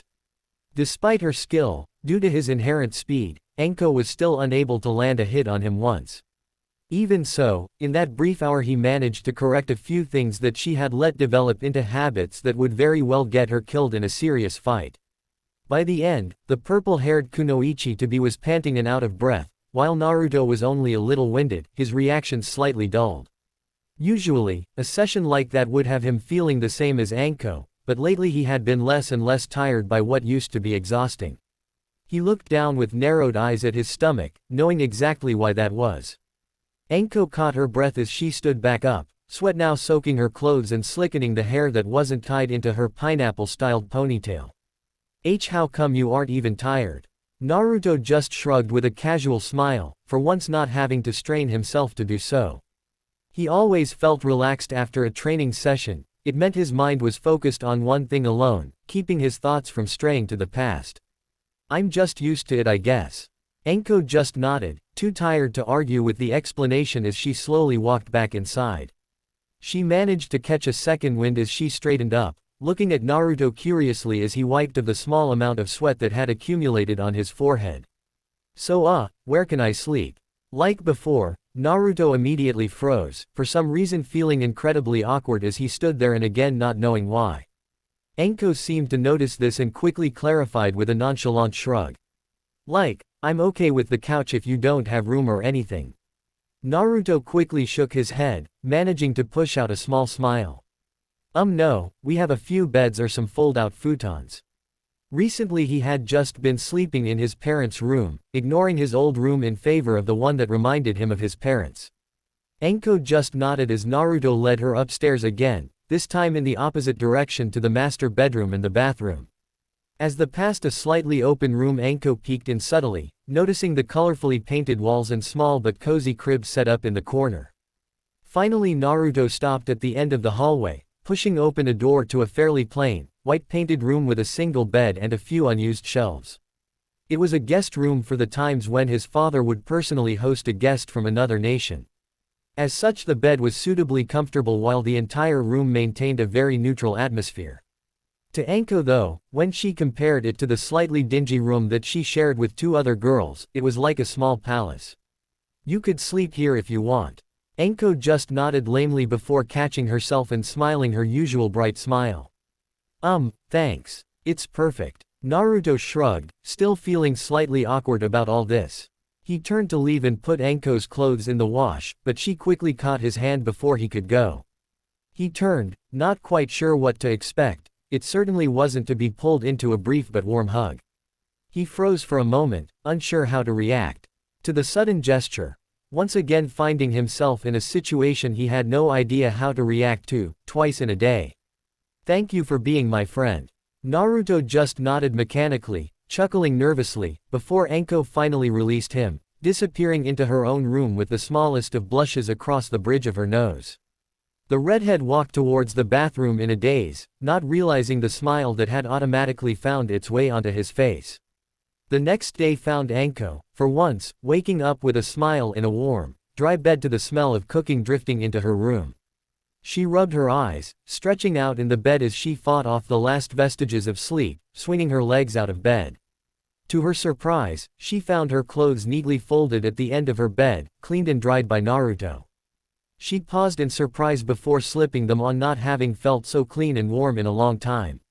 She slipped on her sandals as sleepily made her way downstairs, where she found Naruto calmly eating his breakfast, a bowl of rice and some sashimi, with another place laid out next to him, obviously for her.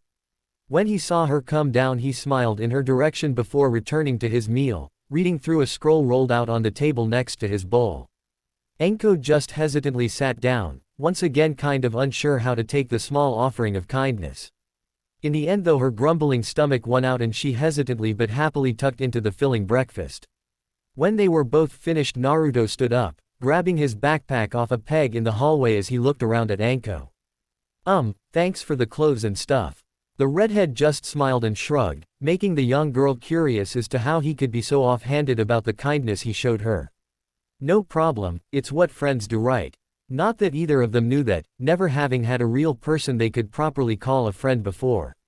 Naruto honestly didn't mind, having somebody around the house made it feel less empty, and that worked for him. "Come on, we gotta get to the academy." Anko just nodded, glad for the distraction as she grabbed one of the bentos Naruto had prepared and followed him out of the house. The day passed relatively quickly. A few people believed that was because Anko wasn't trying her hardest to annoy the teacher ceaselessly. In fact, the purple-haired girl was relatively subdued throughout the day, something their sensei was gracious for. She looked to be in thought during class, not about the boring lectures of course, but about a certain red-haired boy who she couldn't puzzle out. Itachi joined them at lunch again, surprisingly with Shisui in tow, the two Uchiha apparently having become easy friends since the other day. Finally the day ended and reluctantly Anko returned to the orphanage, not accepting Naruto's offer to come around again. She wanted to, but it felt so wrong to be taking advantage of his hospitality, just to get away from her own problems. Naruto's body seemed sluggish after that. He would have to go home to an empty house again. But he managed to shrug it off as he jogged off towards the Uchiha compound, not forgetting his promise to Shisui. He knocked on the massive gate and waited for a few moments before a very unimpressed Uchiha opened it from the other side, casually observing the young boy with his Sharingan active. "Yes." Naruto gave his best respectful bow, just as his father had taught him before, smiling lightly. "I was invited to spar with Shisui." He made sure not to phrase it as anything remotely like a question, and the man at the gate seemed to get that, moving aside for the boy to walk past. "Shisui's home is the last one on the left down that road." He motioned in the correct direction before closing the gate behind Naruto, walking off without a second glance. Naruto gave him one more look before walking down the road he had motioned to, quickly finding the right house as he knocked on the door. He was greeted by a kindly, but somewhat tired-looking woman who took one look down at him, smiling instantly. She had long black hair that fell about her shoulders in shiny waves, catching the weak sunlight that filtered through the trees in the area. Her eyes were the same black as most Uchiha, but like Naruto had noticed earlier, they had an unusual weight or burden to them. She looked well-dressed and in shape, leading Naruto to believe she was, or at least had been, a shinobi, probably retiring as his mother had to raise her family. "You must be Naruto Namikaze, Shisui told me you might be coming over." Naruto quickly nodded with a small polite bow. "Yes, Uchiha-san." The woman smiled more fondly as she patted him on the shoulder. "There's no need for that, please, Shisui is in the training ground around the back with his friend Itachi." Naruto smiled in thanks before following her finger and walking around the back of the house. He rounded the corner only to immediately dodge back lest he be incinerated by an enormous ball of flames that suddenly roared in his direction. He poked his head around the corner again with wide eyes only to see a sheepish-looking Shisui and a slightly amused Itachi. "Sorry about that, Naruto, I was just practicing."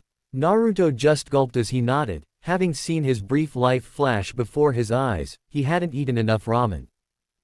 No problem." Shisui smiled more brightly at that, motioning for Naruto to come over to where he and Itachi were standing together. "Thanks for coming over. It's going to be good to have a sparring partner who doesn't know my every move." He purposefully looked at Itachi as he spoke, causing the other boy to simply raise an eyebrow at the semi-accusation. Naruto nodded in agreement. He just thought it would be good to have a sparring partner, period. Until now, he'd had play fights with his father who'd never really taken him all that seriously. It would be beneficial to have an actual spar with somebody else on, or at least close to his level. Do you want to start straight away? Shisui nodded with a careful grin as Itachi quickly moved out of the way. He too wanted to have a spar with Naruto, but thought he would let his other friend go first.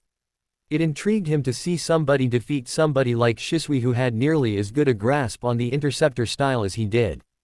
Both boys settled into the makeshift ring that was set up in the training ground, falling back into their individual stances. The fight was relatively short, as was pretty much expected after Naruto's display in the academy. However, Shisui learned a lot from it. One thing he knew was that he seriously needed to activate his Sharingan to make his style as effective as it could be. Another was that Naruto didn't pull punches in a spar, ever. His aching ribs were pretty much testament to that. However, he was happy, hoping that he could learn from his defeats and better himself, as was the Uchiha way. He moved to the side, limping slightly from a particularly vicious kick from Naruto as Itachi took his place. If you don't mind, I would like to spar as well. Naruto just nodded with a small grin, feeling slightly confident after beating Shisui again. Like his other opponent, Itachi settled into his taijutsu stance. Only, this time Naruto was surprised to see him shut his eyes calmly. He concentrated for a flash, opening them again, revealing a single Tomo Sharingan rotating slowly. Naruto blinked, completely stunned. Only for Itachi to use that to his advantage, rushing forward and going in for a low sweep in order to take out Naruto's speed advantage early. The redhead flipped back out of the way, using his hands to push off the ground to avoid the low leg only to get a surprise as Itachi spun again, this time pushing off the ground and catching Naruto with a harsh kick in midair where he couldn't dodge. Naruto was sent flying back but he caught the ground in time to land in a stable three-point stance, a grin now on his face as he held his ribs. This time he was to one to engage, feinting to the right only to duck down and try to deliver a fast uppercut to the Uchiha's chin. Itachi pulled his head back at the last minute, flicking out his arm in order to catch Naruto's shirt so he could use his momentum to flip the other boy. However, his hands met only air before he felt Naruto slam into him from behind. This time he was the one to skid across the floor. Both boys stared at one another, one with a grin and the other with a reserved smile as they both straightened up. Shisui was amazed by what he had seen, or hadn't seen due to the speed Naruto was able to move at. He had never seen anybody land a hit on Itachi before. The two boys traded a few more glancing blows, Itachi using his Sharingan to predict Naruto's fast movements while Naruto just used his speed to evade Itachi's counterattacks. It was fairly clear from an outsider's perspective that the boys were perfectly matched, neither gaining the upper hand on the other. Finally they both stopped, panting from the drawn-out spar as they stared across at one another, both smiling from the good fight. Very impressive, your style seems to be able to find all the weaknesses in my own. Naruto just nodded as he straightened up, wiping a line of sweat from his forehead. Yeah, and your Sharingan's damn hard to get around, I can't wait to fight you when it evolves. Itachi just smirked, he shared that sentiment completely, as did Shisui. They were interrupted by slow clapping form behind them, all three boys turning to see an older man Naruto immediately recognized as the leader of the Uchiha clan. He looked a lot like an older Itachi with a more pronounced jaw and slight wrinkles around his mouth and eyes from age. Impressive Itachi, I'm proud that you have already advanced so far with your abilities. The younger Uchiha just bowed politely. Thank you, father. Fugaku smiled and turned his attention to Naruto, his eyes narrowing slightly even though his smile didn't falter.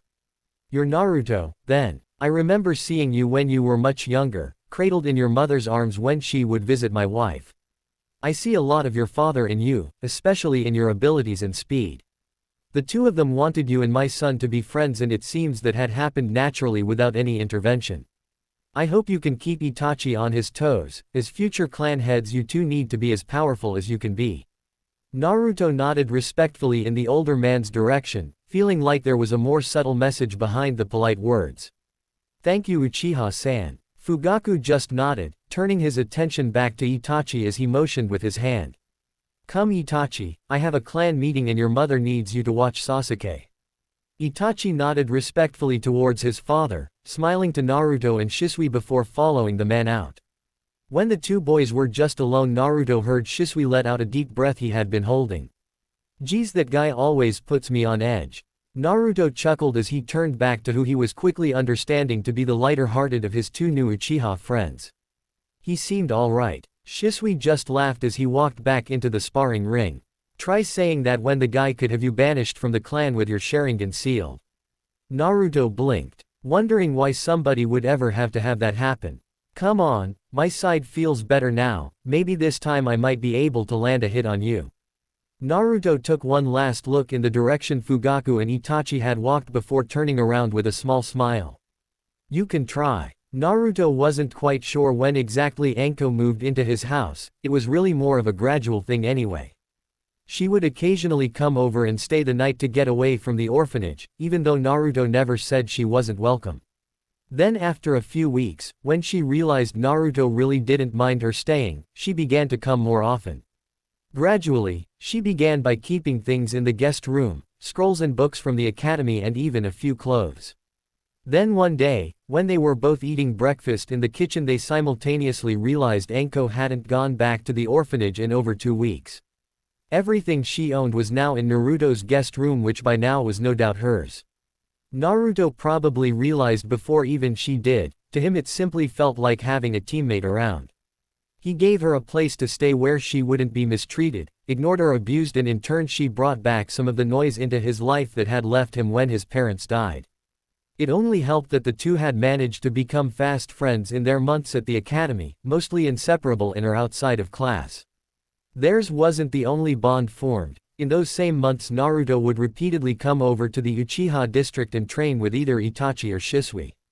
On occasion the two would even come over to the Namikaze estate, neither of them mentioning the strange situation of Naruto practically living with Anko. They too became friends, good ones too, and by proxy they became friends with Anko, helping her train as long as it wasn't too inconveniencing. Nowadays in Naruto's free time he would either find himself hanging out with Anko or Shisui or training profusely with Itachi.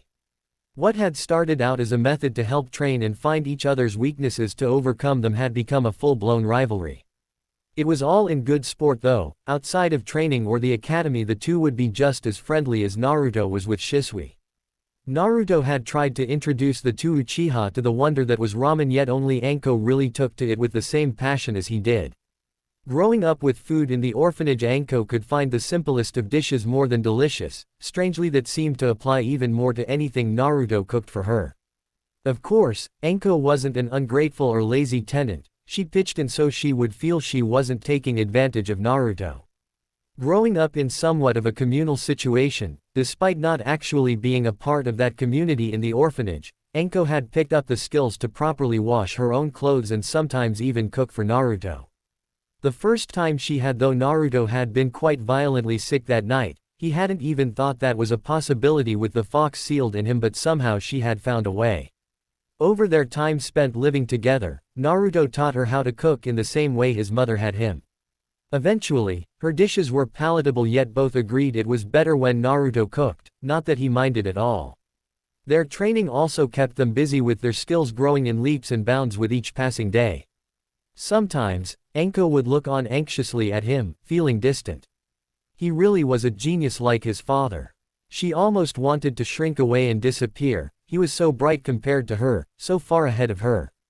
However, compared to the rest of their class, she was the 4th-ranked student behind Shisui, with Itachi and Naruto always switching places for top-ranked.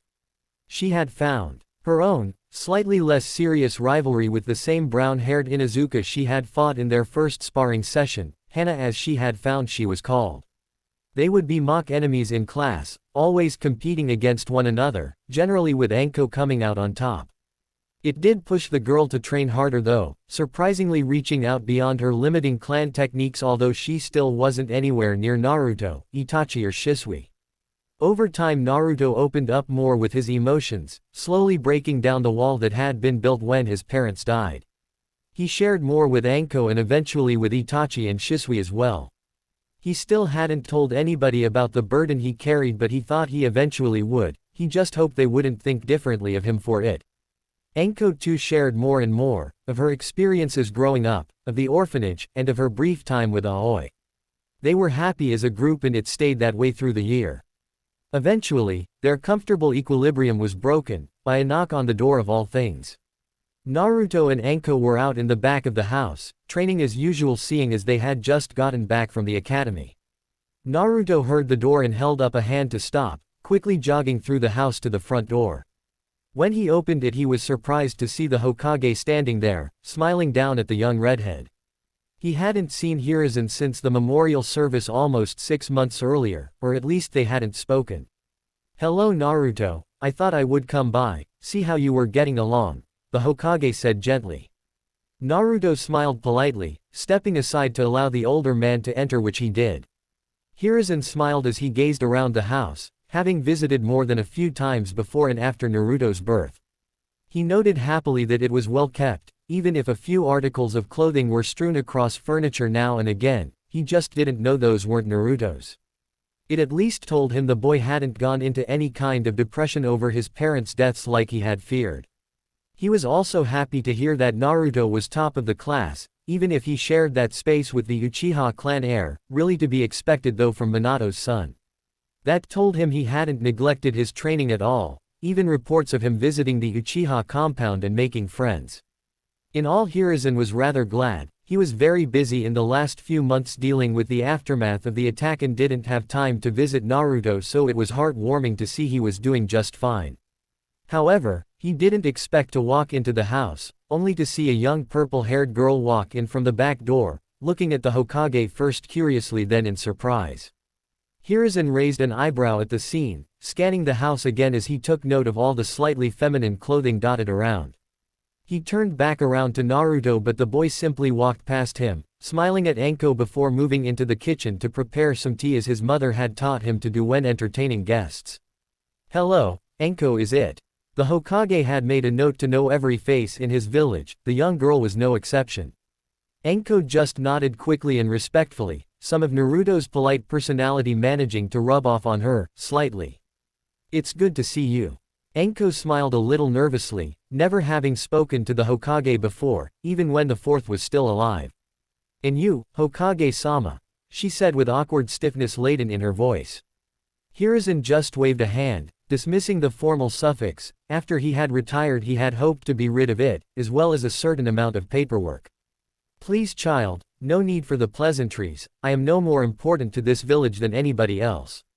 Anko nodded. Slowly, obviously not believing the overtly humble statement but following him as they both walked into the kitchen anyway. Hiruzen was mildly surprised when he found Naruto already laying out 3 cups of steaming tea, smiling pleasantly at the Hokage and Anko. "Very kind of you, Naruto." The redhead simply nodded as he sat down at the table. "Might I ask why you're visiting Hokage-sama?" Hiruzen sighed, knowing it would be a losing battle to try and get Naruto to treat him with anything but the utmost politeness. His father was exactly the same, even when he had been Hokage himself. "I just thought I would come and see how you're getting along, with your studies, friends and the like." As he said friends he made sure to glance in Anko's direction, watching the girl as she sipped her tea like it was the most normal situation in the world. Naruto just smiled as he settled back in his chair. His defenses really had come down with Anko's help. He was smiling a lot more now, not like he used to, but more. "Please Hokage-sama, you have records of all-out progress updated monthly. If you wanted to know you could simply flick through my file." The Hokage nodded with a smirk of his own. Naruto was sharp like his father but with just the hint of cheekiness he got from his mother. "Ah, but it's nothing like hearing from the source." Naruto nodded with a smile, admitting that small fact.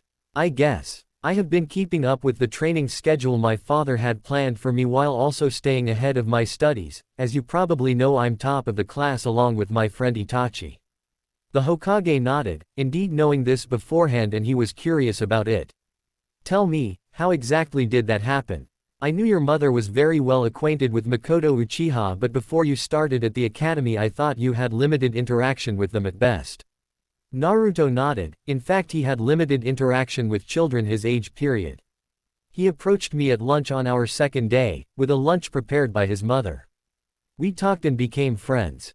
We trained together every so often too. I think he sees me as somewhat of a rival, I see him the same way."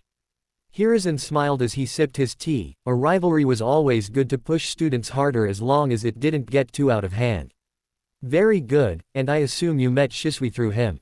Naruto shook his head with his own smirk. It felt somewhat good to have information the Hokage didn't, no matter how inconsequential. No, we became friends after the first sparring session of the academy. He likes to have a partner who can keep him on his toes but doesn't have the same style of fighting as him. The Hokage nodded, somewhat surprised at how civil and mature Naruto could be as he talked. In his opinion it was nothing how a 6, bordering on 7-year-old should be, but there was little he could do about the strange precociousness. Finally Hiruzen turned his gaze to Anko, the girl still sipping away at her tea slowly, so far staying out of the conversation. And how did you two meet? Naruto just chuckled as Anko smiled sweetly before she explained about her unconventional arrival to the academy on her first day and seeing Naruto climb up the building. If Hiruzen was surprised that Naruto was already proficient with the tree climbing exercise, he didn't show it. He might have though if he knew that wasn't the extent of Naruto's chakra control exercises. Hiruzen however seemed concerned with the living arrangements, and while understanding it made both their lives less lonely, he still had to be the adult in the situation. Naruto, as much as it pains me to say this after hearing just how friendly you two have become, Anko cannot continue to live with you. Both kids looked up at the man in shock and disbelief, Anko especially. She didn't want to leave. For the first time in her life since she was little she was happy, and it was mainly thanks to Naruto. The redhead was also distressed about this turn of events. What? Why? Hiruzen sighed. Arguments with children, especially those as stubborn and mature as Naruto, were always difficult. Naruto, she is in the legal care of the orphanage, that is her home. Anko huffed loudly at that, nearly dropping her teacup as she crossed her arms over her chest. That place will never be my home. Hiruzen sighed again, trying to get the right meaning across in his words that would get through to the two kids who had obviously grown very attached. While you may think that way, it is still the orphanage's obligation to care for you, and by living here you make that impossible for them. Anko still didn't look happy, in fact she only grew more irritated. So what? I've been living with Naruto for 3 months and the orphanage did nothing. They're probably glad I'm gone. Hiruzen frowned at that, however unnoticeably. He should have been contacted if a child had gone missing from the orphanage for that long. Also, the fact that Naruto had not only cared for himself but another child as well wasn't exactly good news, even if it did show his maturity in a new light. Come on Hokage-sama. It's not like we're hurting anybody, if anything everybody is happier this way. This house is too big for just me anyway, and I don't mind having Anko live here. He shot an apologetic look at the girl before continuing, and from what Anko tells me her experience in the orphanage wasn't ideal. Here she feels safer, and with us training together she is improving at the academy as well. Hiruzen sighed. He argued with the same undeniable passion and logic as both his parents. It was like talking to Minato himself if he was shorter and a redhead. I can see the benefits, Naruto, but there is a reason there is protocol and systems in place. If Anko's experience was as you say, less than ideal, there are people she is supposed to go to. He turned and addressed Anko directly. Not included in those people, despite how good they're to confide in, are your fellow academy students. Anko just seemed to shrink into her chair slightly under the Hokage's warm but undeniably powerful gaze. Naruto didn't really feel like giving up on this though, as his mother wouldn't. Well, isn't there some way she could come and live here properly then? Anko looked up and around in surprise at the redhead. Before now, both had just sort of accepted their living situation without really discussing it. This was the first time either of them had openly admitted to wanting it like this, and it made her feel a little warmer inside to know somebody actually wanted her around.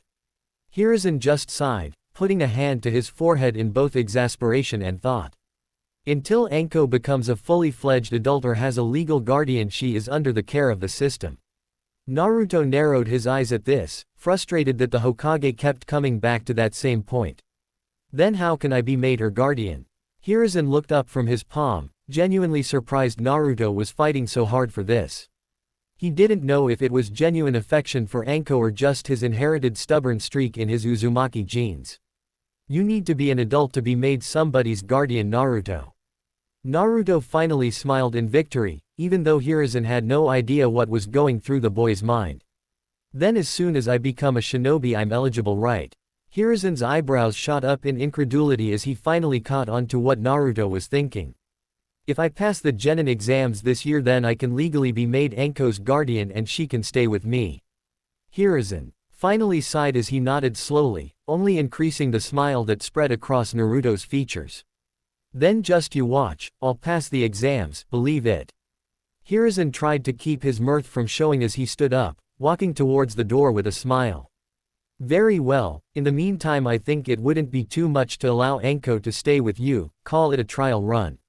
Naruto was a little shocked and relieved at the Hokage's concession as he followed the older man to the door. But be warned, if you don't pass the genin exams, the Anko will have to return to the orphanage. Naruto just nodded with determination even as the Hokage left, leaving the two shinobi in training with a lot of thoughts. Naruto returned to the kitchen where he found Anko, just staring at him with a mix of awe and gratitude. Why did you fight so hard for me? I mean, why go out of your way just for me? It's not like I'd be disappearing. Aren't I just a lot of trouble? Naruto only smiled kindly as he gently hugged the shocked girl, pulling away with a smile. You're my friend. And you want to stay, right?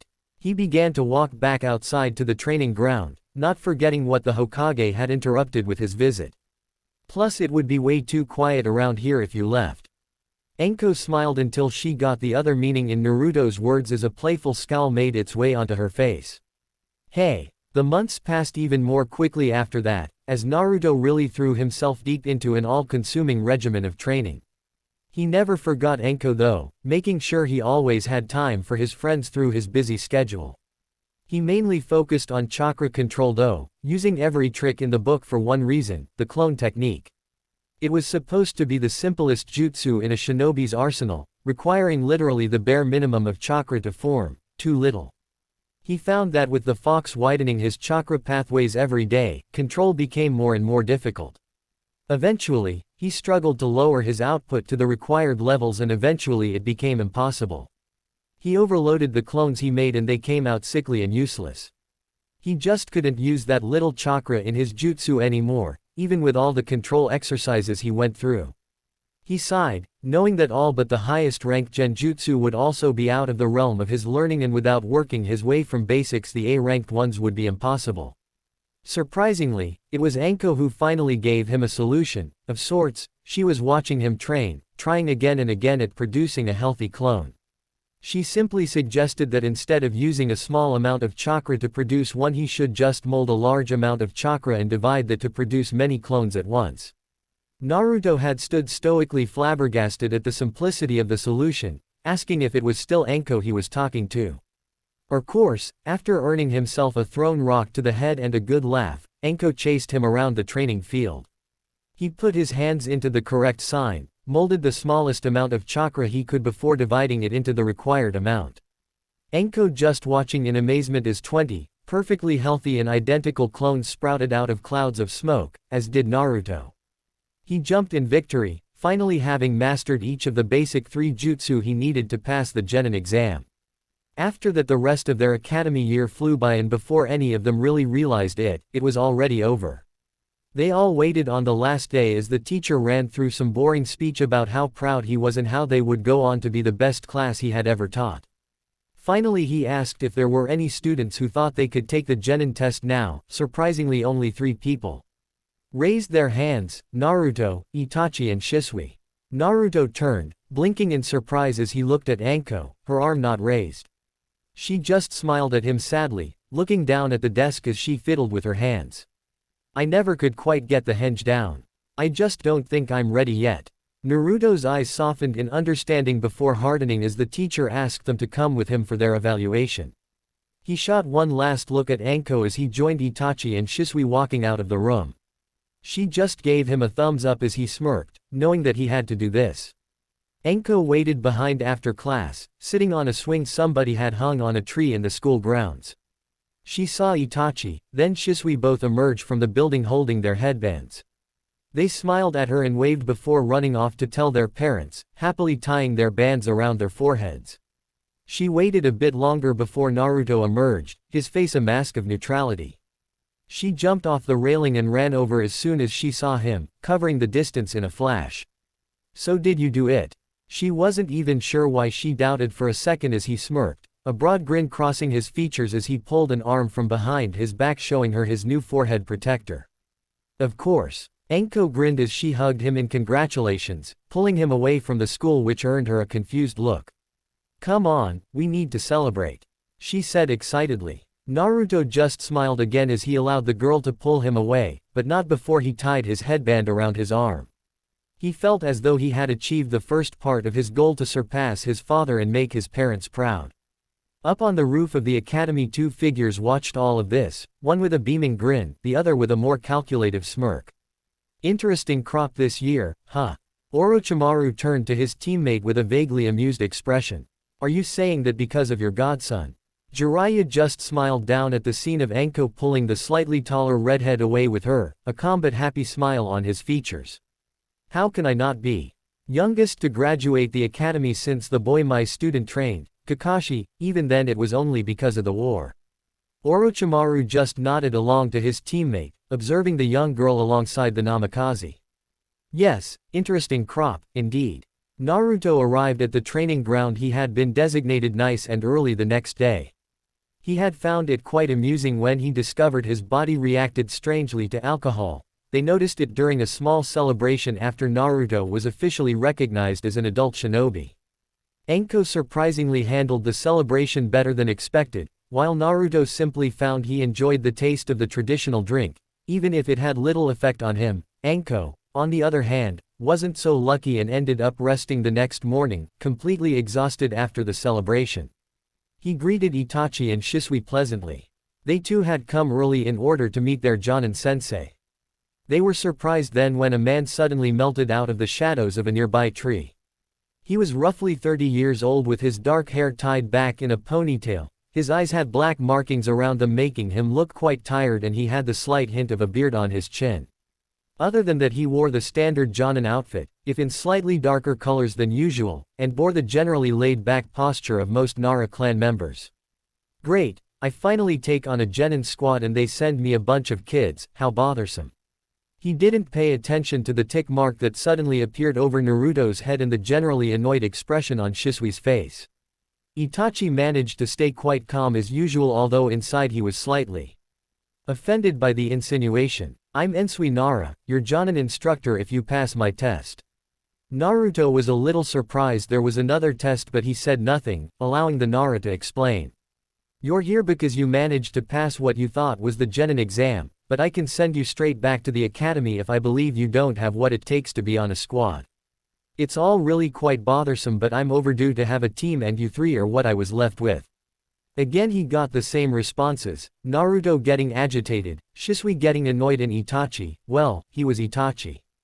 Basically, if you want to be Genin you have to land a hit on M. Before he could finish his sentence, Naruto had shot forward in a blur of red, forcing Ensui to suddenly duck back as the boy sailed over his head. The lazy Nara blinked in surprise before ducking to the side again to avoid a fast spinning kick.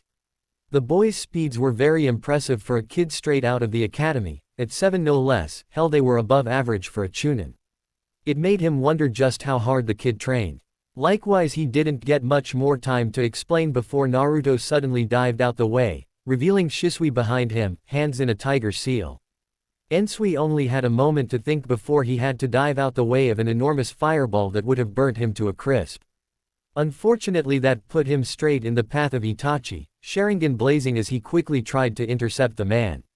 Ensui easily batted the boy away, and before anybody else could try anything he crouched with his hands in the rat seal. Before any of the new Genin could do anything, they were suddenly stuck in place. Looking down, they all saw their shadows linked to their senseis. As he stood up, they all found they copied the action, settling into the man's natural slumping posture. Bothersome. At least you all have decent teamwork. However, like I was saying, you need to land a hit on me. He pulled out a stop clock from his pocket as the 3 7-year-olds copied the phantom action, in 1 hour. If you do that, then you are officially Genin of the Leaf. And with that, the man promptly melted into the shadows, disappearing before the three were released from his possession technique. They just stood there a moment, getting their bearing as they regrouped, nodding at one another as they knew what to do. They took off into the forest, moving in the direction they knew would be best to hide in. None of them were particular trackers, but Naruto's ears were honed to the point where he could accurately tell the difference between animal and human footsteps. Using that, he took the lead, listening out for any signs of their sensei. Shisui took the middle as he had the most powerful jutsu in his arsenal, being able to create a larger fireball than Itachi. Itachi naturally took up the rear, using his Sharingan to make sure they didn't miss anything. Eventually Naruto caught onto something, raising a hand to halt their small group on a branch. He looked at Itachi, who just nodded. Having also noticed the signs of somebody coming through here, his Sharingan picked up the minute details. They quickly formulated a plan as they slowly approached the clearing they were sure their sensei was hiding in. Shisui stood on a high branch looking down over the clearing as he began to mold his chakra, drawing in as deep a breath as he could muster. Ensui simply hid behind a tree in the clearing, hoping the kids weren't good enough trackers to find him. That way he wouldn't have to take them as a team and he could just go back to lazing about and taking an occasional bothersome mission when necessary. However, it quickly became evident that wasn't going to be the case as his eyes widened and he forced chakra into his feet. He managed to get up in time to avoid the massive fireball that obliterated the trees he had just been hiding in, leaving only scarred and charred, blackened earth behind. He blinked dumbfoundedly in surprise before he had to suddenly dodge a fist that would have struck him straight in the face. He swiveled on his heel, staring straight into the one-tomo Sharingan of Itachi as the young Uchiha narrowed his eyes.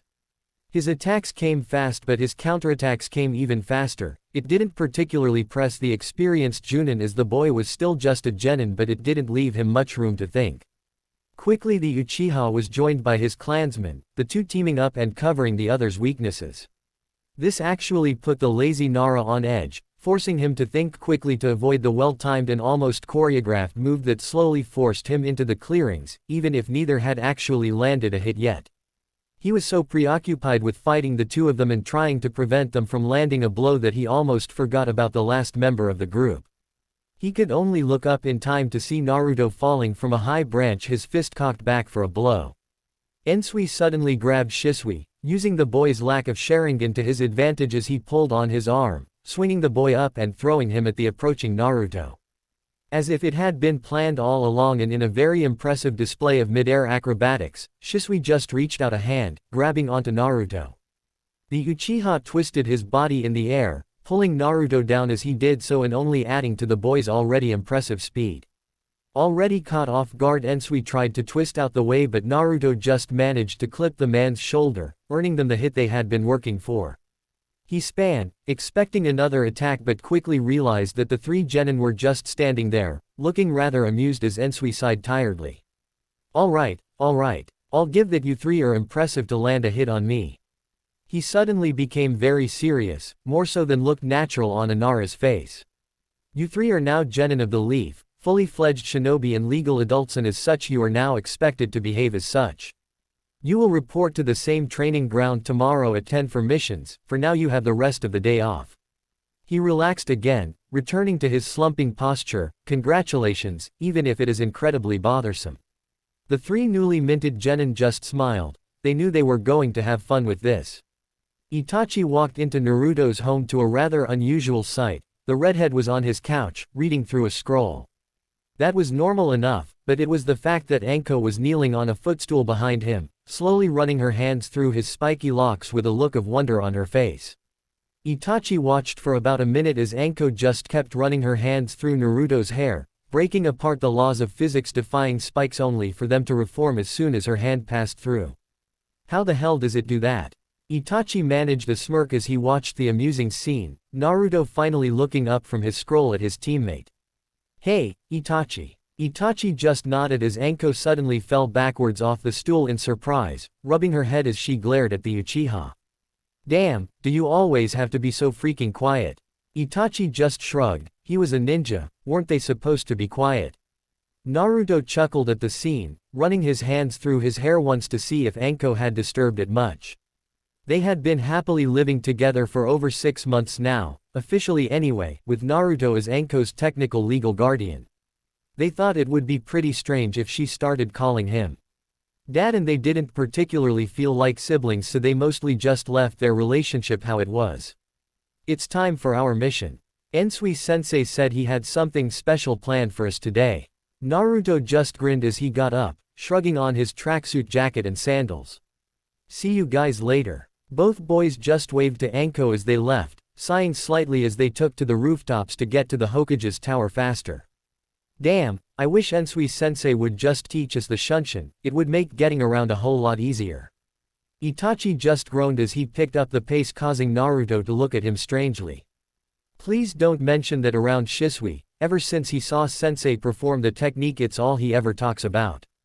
I swear the day he learns that jutsu is the day I will see somebody happier than when Anko cooked you ramen for your birthday. Naruto looked mock offended but chuckled all the same. That had definitely been a very good day for Naruto. Please, like that could ever happen. Itachi just shrugged, but mentally he had an image of Shisui practically bouncing around the village in joy. They reached the Hokage tower quickly despite lacking that basic Jonin traveling technique and hurried through the building where they met up with a slightly bored Shisui who had been waiting for them. He just smiled upon seeing them and the trio walked into the office where they greeted Ensui and the Hokage. A triple call of Hokage-sama, followed by polite nods to the Jonin, filled the room before both seniors motioned for silence. So Ensui-sensei, you said you had a surprise for us. The older Nara just nodded slowly, not even bothering to move his face from its usual lazy frown. Yes, I have been talking with the Hokage about your past mission record and have negotiated you three going on a B-ranked mission. The three genin just gaped in shock, except Itachi, of course, but inside he was no less surprised. All of a sudden, two loud cheers rang out through the room as Shisui and Naruto loudly high-fived one another. The Hokage and Ensui sweat dropped at the action, possibly rethinking the decision after the slightly immature display. However, he too quickly rectified it by turning and bowing to the Hokage quickly. Thank you Hokage-sama, Ensui-sensei. The older shinobi just sighed. They might act slightly immature at times, but looking back over their records they were undoubtedly qualified. Their missions had all gone without a hitch so far, even the more dangerous C ranks they had been assigned. Each could easily be called a prodigy in their own right, and that included Shisui, who hadn't even unlocked his Sharingan yet. Alright you guys, meet me at the gates in 15 minutes. Make sure you pack for a long trip, we don't know how long this will take. After getting a round of nods from his student, Ensui vanished in his shadowy Shunshin, practically making Shisui drool over the technique. Itachi saw this and sighed before dragging his cousin away to pack for their trip. Naruto was also about to leave when he was stopped by the aging Hokage. Naruto, hold on a moment. Naruto paused on his way out, turning around to the Hokage curiously only to see a look of concern on the older man's features. Be careful out there. Naruto's brow furrowed while the rest of his features remained perfectly neutral. Of course, Hokage-sama. With that he left, quietly leaving through the door to get his things from his house and to tell Anko about his mission. As soon as he left, Sarutobi sank back in his chair, sighing deeply as he looked over at Minato's picture, the blonde's face staring right back. He shook his head again as he quickly returned to the stack of paperwork on his large desk. Thanks to their sensei's laziness, it actually took about half an hour before they were leaving the village, but none of them complained. Already used to it after 6 months with the Nara, they let their fantasies on how a B-ranked mission might play out. The three genin were conspicuously backpack-free. Ensui began to lecture them on being prepared, but Naruto had quickly interjected that he had made them all a few storage scrolls which were subtly hidden across their bodies. The redhead smirked at his teacher's pleased look before returning to keeping watch over the road that stretched out in front of them. And Yoshino won't stop going on about her little son Shikamaru, really bothersome I tell you. Next thing you know, and the man trailed off as he spoke with Shisui, his eyes furrowing as he glanced around at the trees surrounding the small shinobi group. What is it, sensei? Shisui had caught onto the man's pause, but the Jonin recovered, his face returning to its normal apathetic tone. Nothing. I just thought. He was cut off as a kunai suddenly shot out from the tree line, only to be intercepted as Naruto dived with an incredible burst of speed. Without even looking, he caught the flying knife midair, throwing it back on exactly the path it had come from. The encounter lasted less than a few seconds before they heard a thump from the forest. The group quickly jogged over to investigate and found a man lying still in a growing pool of his own blood. Ensui tentatively prodded the man with his foot, flipping him over until they could plainly see the kunai sticking out of his chest, right where his heart was. Ensui looked the man over, immediately noting the Iwa headband the man wore as well as the rest of his Chunin attire. That made Ensui grimace as he looked around. Not many Chunin were stupid enough to take on a full squad with a Jonin in. He suspected there might be more of them, so he quickly ordered his team back onto the road. Good work, Naruto. The redhead merely nodded grimly. He didn't exactly enjoy the fact he had killed somebody, morbid thoughts bubbling to the surface. I think now might be a good time to explain the mission, sensei. The older Nara just shook his head as he carried on walking at a lazy, unconcerned pace. Not until we're somewhere I'm sure we won't be spied upon. The genin all just nodded as each unnoticeably picked up their pace in the direction of the next village. None of them saw as the Chunin they left dead out in the forest slowly melted into a puddle of mud. Soon after, a much taller, larger man dropped down from the forest, noting the state of his previously hanged mud clone with a smirk before taking off after the scent he picked up. All right, sensei. I think we should know the mission details now. Ensui quickly did a scan of the small hotel room to make sure they weren't being listened in on before nodding. Right. We were sent out to protect an important client, a wealthy businessman by the name of Gato. He's beginning to set up business in this area of Fire Country and has been getting harassed by other businessmen in the country. Naruto just frowned at this, sitting down on the bed as it squeaked loudly from Old Springs. That sounds more like AC rank to me. Ensui just nodded as he too took a seat. The lazy man was glad to be off his feet again. Normally you'd be right, but recently the threats have been getting more serious, with even shinobi being mentioned. Gato paid for AB rank, so that's what it is. Itachi just nodded with a small smirk from where he had sat in an old, but still comfortable chair in the corner. I see, so this is really AC ranked mission, but you wish to add to our records with an easy B rank. Ensui also smirked, however briefly. Easy to figure out. Then, how bothersome. Shisui and Naruto just smiled, happy that at least the mission wouldn't be as hard as they had thought it might, even if they were excited about being on AB rank. Recently Naruto had been feeling hollow in spars with the two Uchiha. Sure, Itachi could keep him on his toes and even win a few times, but it lacked the danger that made fighting enjoyable for him. Hey sensei, do you mind if we go out and train for a bit? Ensui just nodded as he sank back into the chair, pulling out a scroll to read through. Sure. Just be back before dinner. The redhead nodded as he sent a quick glance at Itachi, who nodded in reply. Quickly, the three genin left the room. However, when Shisui rounded the corner of the hallway and he couldn't see Itachi or Naruto anywhere in sight, he instantly threw up his hands, his body tensing. Instantly on guard, he made his way through the rest of the hotel carefully, wondering where his teammates had run to. Soon, he was outside. Then, around the back of the hotel, which just bordered a large forest. He was about to call out to his friends but was forced to dodge a kunai that appeared out of nowhere. He ducked into a roll, missing the deadly knife by a few centimeters before standing up and looking around furtively. He turned to the sound of clapping only to watch as a man dropped out of the tree line, still clapping. He was a little taller than the Uchiha, wearing a typical Chunin jumpsuit with scraggly brown hair and an Iwa headband.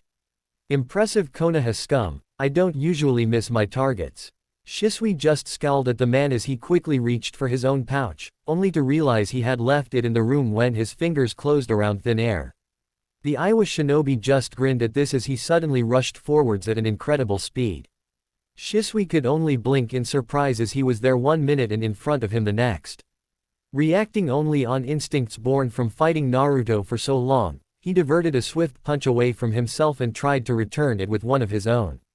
However, his attack only met air as the man swiveled around his body, cracking him in the back with a devastating kick that sent him reeling forward. Shisui tried to turn around to face his attacker again, only to receive a quick but powerful blow to the back of his neck. The last thing he felt before passing out was his leg being picked up and his body being dragged across the ground in the direction of the forest. Interesting, I was sure your friends would be the first to wake, they put up a much better fight after all. Shisui blinked, his eyes open painfully, trying to see anything in the dark that surrounded them in the forest. The words reached him, just as he turned his head in the direction of the voice to come face to face with the man who had attacked him. His eyes widened and he trying to punch the man, but his hands were tied behind him, as well as his feet. What are you talking about? The man just laughed evilly as his eyes flickered to the left and right of his captive. Following his gaze, Shisui saw that Naruto and Itachi were tied up next to him in similar positions, both unconscious. What do you want with us? The man just laughed again as he pulled a kunai out of his pouch, idly picking his nails with it. Shisui blinked in surprise before his eyes hardened angrily. What else? I'm from Iwa, you're from Konoha. I want you to pay for everything you did to us in the Third Shinobi War. Shisui's eyes opened wider again as he struggled in his bindings. What are you talking about? Iwa started the war. The man just snarled angrily as he swiftly kicked Shisui in the stomach, eliciting a small grunt of pain from the genin. Filthy Konoha propaganda, it was your Hokage who declared he war. In the first place, our Tsuchikage was merely defending out territories. He smirked evilly before he crouched down in front of the boy, their eyes coming together. And now you will die for it. He quickly raised the kunai, the weak sun glinting off the well-polished metal before he began to bring it down, almost lazily. Coward. The kunai halted in midair as the Chunin stared at Shisui in annoyance. What did you call me? Shisui just chuckled, not really seeing much else to do now that he could practically feel his own death coming.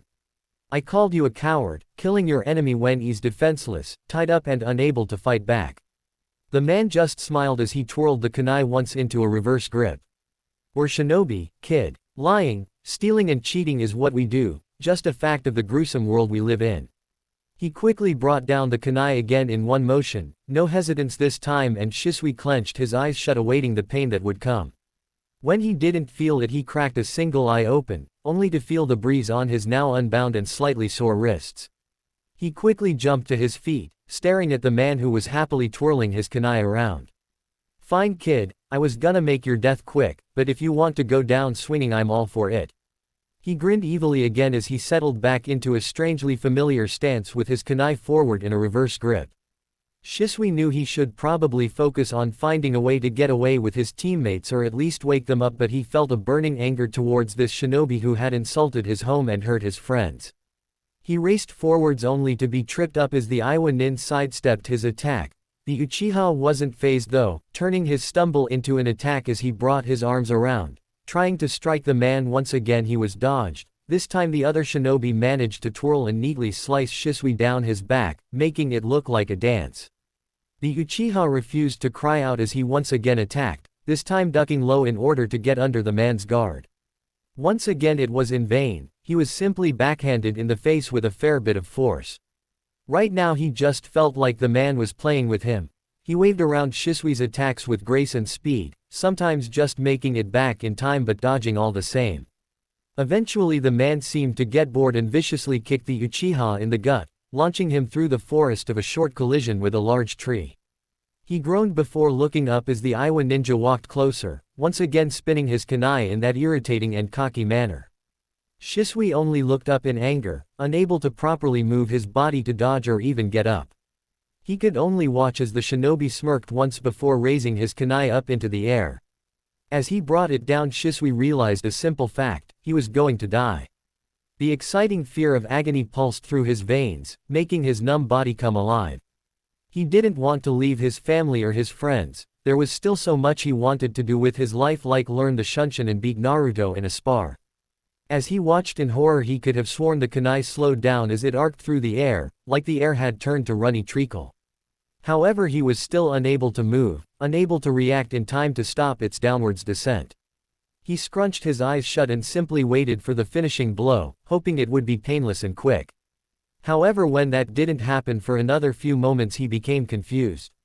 Did it work? Shisui's eyes opened a crack, and instead of seeing the Iwa nin like he thought he would, he instead saw a mop of red hair next to a more controlled mass of jet black hair. I don't know, he has his eyes closed. Shisui opened his eyes fully, looking up at Naruto and Itachi as they looked down at him with curiosity. After a moment of staring, two smiles crept over their faces while Shisui just looked around for any sign of the Iwa ninja.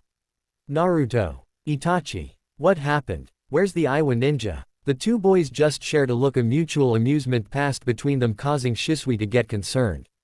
Itachi just shrugged as he leant against a tree, and Naruto adopted the pose that everybody who knew him recognized from when he was embarrassed. There never was an Iwa ninja. Shisui just looked up in confusion, finally getting to his feet despite his slightly aching muscles. What do you mean? I was fighting him and he had you two knocked out. Naruto just chuckled nervously as Itachi smirked, obviously finding it funny Shisui believed he and Naruto would be knocked out by a single chunin. Yeah, that was a genjutsu, the person you were fighting was me. Shisui just paused for a moment as his gaze flickered between his two teammates, his eyes showing his obvious anger. What the hell? Naruto just chuckled nervously as he began to undo his headband as Shisui blinked in surprise, the conversation getting increasingly weird. Naruto handed him the band and Shisui looked at him oddly, however when his gaze traveled lower he looked down in amazement at the polished metal. Staring right back at him from his own reflection were a pair of two Tomo Sharingan, glowing slightly in the darkening light. Whoa, I have Sharingan. Naruto just smiled. Even Itachi managed to crack a small smile as he saw his cousin continue to look at his new eyes in amazement. Quickly though his head shot up and he lashed out at Naruto, the quick boy only just jumping back in time. Shisui watched again in amazement, marveling at how much slower Naruto seemed to travel. It was still much too fast for him to effectively counter, but it was still much better. His eyes gleamed slightly at the prospect of finally being able to fight with his teammates on equal terms. Congratulations. Shisui turned to Itachi, noting the small smile the normally more stoic Uchiha wore as he gently clasped his kin on the shoulder. Naruto did the same on his other shoulder, however a little more hesitantly after the boy's last outburst. You guys did this just so I could unlock my Sharingan. His teammates nodded and Shisui smiled before wincing as he felt his side burn suddenly, one of his ribs probably broken. Yeah, we figured it was about time you caught up. They all laughed and began to make their way back through the forest in the direction of the hotel. Shisui limped a little but they made it in good time, quickly emerging from the tree line into the dwindling sunlight that still managed to barely reach over the horizon. So that was a genjutsu, it felt so real. Itachi just nodded. He was also feeling slightly winded from maintaining the powerful genjutsu over Naruto for so long. I can tell you more about it when I start training you in your Sharingan. Shisui looked around, slightly surprised at his friend for a moment before Itachi clarified. At least until you can have your own family train you. The other Uchiha nodded, wincing again as he held his side painfully. Did you have to go so hard, Naruto? The redhead merely chuckled as he slung an arm under his teammate's shoulder, supporting him as they made their way through the hotel. Itachi told me I had to make it as real as possible, so you really believed it was a life-threatening situation. Shisui just nodded with a sigh, but not before he sent a glare Itachi's way. With his Sharingan activated, it actually managed to look quite intimidating, not that it affected Itachi much. The rest of the way back to the room Shisui played about with his new Dujutsu, practicing turning it on and off while smiling every time the world would slow around him slightly. Finally they made it back to the room where Ensui was lazily looking through a scroll. Their entrance made him look up and notice Shisui's eyes. Oh, so it worked then, how bothersome. Shisui's eyes twitched violently as he sent an accusatory finger his sensei's way. You knew too. Ensui just sighed as he nodded, returning to his scroll languidly. Of course, I was the one who suggested it. Shisui's eye twitched again and he would have launched himself at his sensei if his side didn't suddenly flare out in pain. Ensui just looked up again with a sigh, the rings around his eyes making him look even more tired than his attitude would have you believe. The Jonin drawled, so bothersome. Did you have to hurt him so badly? Now I'll have to get on my old, aching knees and heal him. Naruto just shrugged sheepishly before carefully setting his teammate down on a chair and flopping down on his own bed. Ensui quickly got up, his hand already lighting up in green chakra as he began to heal the worst of Shisui's injury. He wasn't an expert in medical ninjutsu, but as a Jonin he was forced to know enough to heal fairly minor injuries like this. Shisui watched the man go about his work, fascinated by the technique that was slowly resetting his ribs into their proper place. Unconsciously he activated his Sharingan and was amazed as he saw the chakra from the technique flow into his body. Intrinsically he began to understand how the whole process worked, how the medical chakra vibrated at just the right frequency to encourage his own body's healing. He smiled brightly as the pain was leached from his body. So this is what I've been missing out on. Well, not anymore. The group picked up the pace next day, not wanting any other attacks like the one involving the Iwa Chunin. As they hopped through the trees, Itachi was explaining to Shisui about his Sharingan and the abilities he now had. While Shisui had, of course, pretty much had this conversation with his parents before, it took on a whole new meaning. Now, he actually had the bloodline. He continued to play with it, activating it on and off with a goofy grin while Itachi would just sigh at seeing the prestigious Dujutsu reduced to a novelty.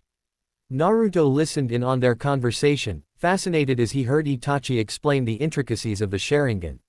He learned that the Uchiha have much better abilities concerning Genjutsu due to their ability to see the chakra they use. Able to visually understand Genjutsu made them intimate with the ability to manipulate their enemies' senses. He also found out about the slight predictive abilities the eyes held, although that mostly came into effect with the evolution to the 3-tomo state. However, Itachi hadn't activated that yet. He could only provide the explanation his own father had given him, verbatim. Nevertheless, Naruto was fascinated. He knew from his father that even a fully matured Sharingan was far from perfect. Minato was said to be one of the few people actually fast enough to render the predictive ability useless. While a well-trained Sharingan user could follow him with their eyes, their actual reflexes could do nothing to dodge or block him. It was one reason he had been well respected by the clan. Naruto thought to himself slightly smugly as he hopped from branch to branch. One day he would be that fast. When Itachi finally matured to 3-tomo, they would finally have the fight both had been waiting for. He was brought out of his daydream as his eyes widened, catching a slight flicker in the periphery of his vision. On reflex alone, he suddenly stopped on the branch he landed on, using his hands to suddenly swing around and press his back up against it. Moments after, 10 or so kunai impacted with the branch with dull thuds, some sailing over where his body would have been. Similar things happened with Itachi and Shisui, but with their respective Sharingan they were able to see it in time and hurl themselves out the way. Ensui merely melted away into his shadow, the kunai harmlessly passing overhead. Naruto sighed as he sprang back up onto his branch, already expecting it when a very large and muscular man dropped down some way out in front of the group. He wore black shinobi pants and sandals as well as an Iwa headband and flak jacket, but nothing else. His bulging, ripped upper body was clenching in intimidating display. He had many scars that dotted his chest and arms, a close-shaven shear of brown hair, and black void-like eyes that stared at the 3 genin with dispassionate bloodlust. When I agreed to an assassination mission against that Gato guy, the first thought it would be boring. His slightly scarred mouth twisted into a cruel smile. Then I see 2 Uchiha and I think my luck is turning around. Finally he looked at Naruto, his grin turning into a snarl. Then I see the yellow flashes brat, and that made me certain Kami was smiling on me. He chuckled darkly as he pulled out 2 kunai, letting the Konoha genin watch in amazement as he dug them into the earth. When he pulled them out, the 2 blades were coated with rock, forming 2 very long and sharp swords. Naruto glanced around, checking for their sensei, but he seemed to have conspicuously disappeared. He turned his attention back to their new opponent, noting the fact his flak jacket was that of a jonin. As powerful as the 3 were together, they didn't stand much of a chance against the man if he went full out. They simply had to hope he underestimated them. However, the bloodthirsty gleam in his eyes said very differently. Masi Koteki, the stone bull of Iwa. It was Shisui talking, and Naruto wasn't surprised considering his friend had practically memorized the bingo book as well as any notable ninja from other nations. Well, what do you know, my reputation precedes me. Naruto gulped when he noticed the slightly nervous look Shisui had. That could only mean the guy was powerful. Watch out for his swords, he can manipulate them into any weapon. Masi just looked irritated as he glared at the Uchiha, pointing one of the stone blades his way. Don't ruin the surprise, it's rude, you should. He was cut off as Naruto suddenly rushed forward in a red blur, intent on catching the man at a moment of distraction. Unfortunately for him, the man is better than that, and even Naruto's impressive speeds were more average for a jonin of his caliber. He simply batted the redhead away with the flat of his sword, sending the genin into a tree. Immediately after that he brought his 2 swords up, crossing them together as the stone merged into a large shield, blocking the massive fireball Shisui and Itachi had sent his way. He chuckled as the stone morphed back onto blades, this time slightly curved like scimitars. He used them to effortlessly parry the kick Naruto had sent him from behind, making the redhead's ankles throb in agony. The man wielding the weighty stone blades like they were paper toyed with the genin, nullifying and perfectly anticipating their weak attacks. Naruto tried not to show his frustration as he continued to launch lightning-fast strikes on the man, only to be parried by the flat of his blades every time. Seemingly without effort, the Jonin began to exhaust them. It left Shisui and especially Itachi in slight awe of the Jonin. Even he had trouble defending against Naruto when he was going all out like this. Suddenly the redhead backed off, flipping back to land on a tree where he quickly shrugged off arm and leg bands he had started wearing since the team had formed.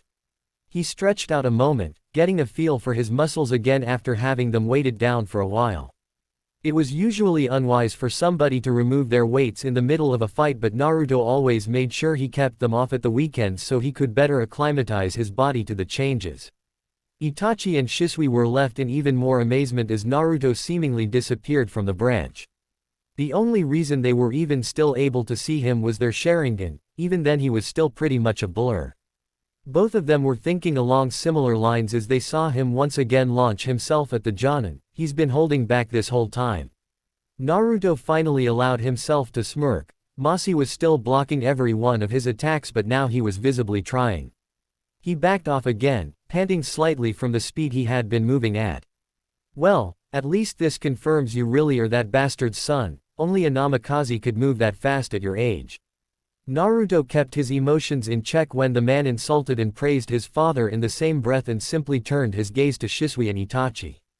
Getting the message, the two of them leapt at the man. Not being nearly as fast as Naruto, Masi was easily able to fend off their attacks. However, when Naruto rejoined the fray, he suddenly found himself hard-pressed.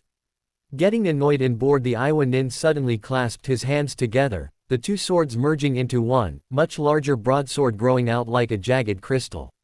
With a sweeping blow he managed to catch all three genin in a move even Itachi and Shisui's Sharingan couldn't help them against. All three suddenly found their necks enveloped in a stone collar attached to the kunai in the man's hands. When they tried to move, the collar would close slightly on their necks, suffocating them slowly. Impressive for genin, but in the end that's what you are, genin. He was suddenly cut off as dark black threads pierced his body in multiple places, including his heart. He could only blink once in surprise before the stone collars crumbled to dust and he fell off the branch, dead before he hit the ground. All three genin were left panting, rubbing their necks as their sensei suddenly revealed himself from the shadow of a nearby tree. You three did very well, especially against an opponent of Masi's standards. Shisui just glared at their sensei, still rubbing his sore neck as he struggled to get air into his lungs again. Where were you, sensei? Ensui just sighed as he poked Masi's dead body with his foot, this time actually checking to see if this was a clone or not. It was bothersome. So, I thought I would let you guys handle it. Turns out you needed my help in the end after all. Naruto and Itachi both frowned at this, suddenly feeling inadequate, which the lazy, but perceptive Nara making them out to be incapable. Don't feel bad though. Iwa's Stone Bull was an opponent even I would have had difficulty with if you three hadn't provided an adequate distraction. You performed admirably, and considering this man was an A- ranked Jonin, it was impressive you lasted as long as you did. The two still didn't look convinced, while Shisui still just seemed angry their sensei hadn't done anything until the last moment. Ensui just sighed as he began to move through the trees again, motioning for his team to do the same, murmuring under his breath about how bothersome it was to be a good teacher. Hope you guys enjoy first part of this story. Do like, share and subscribe.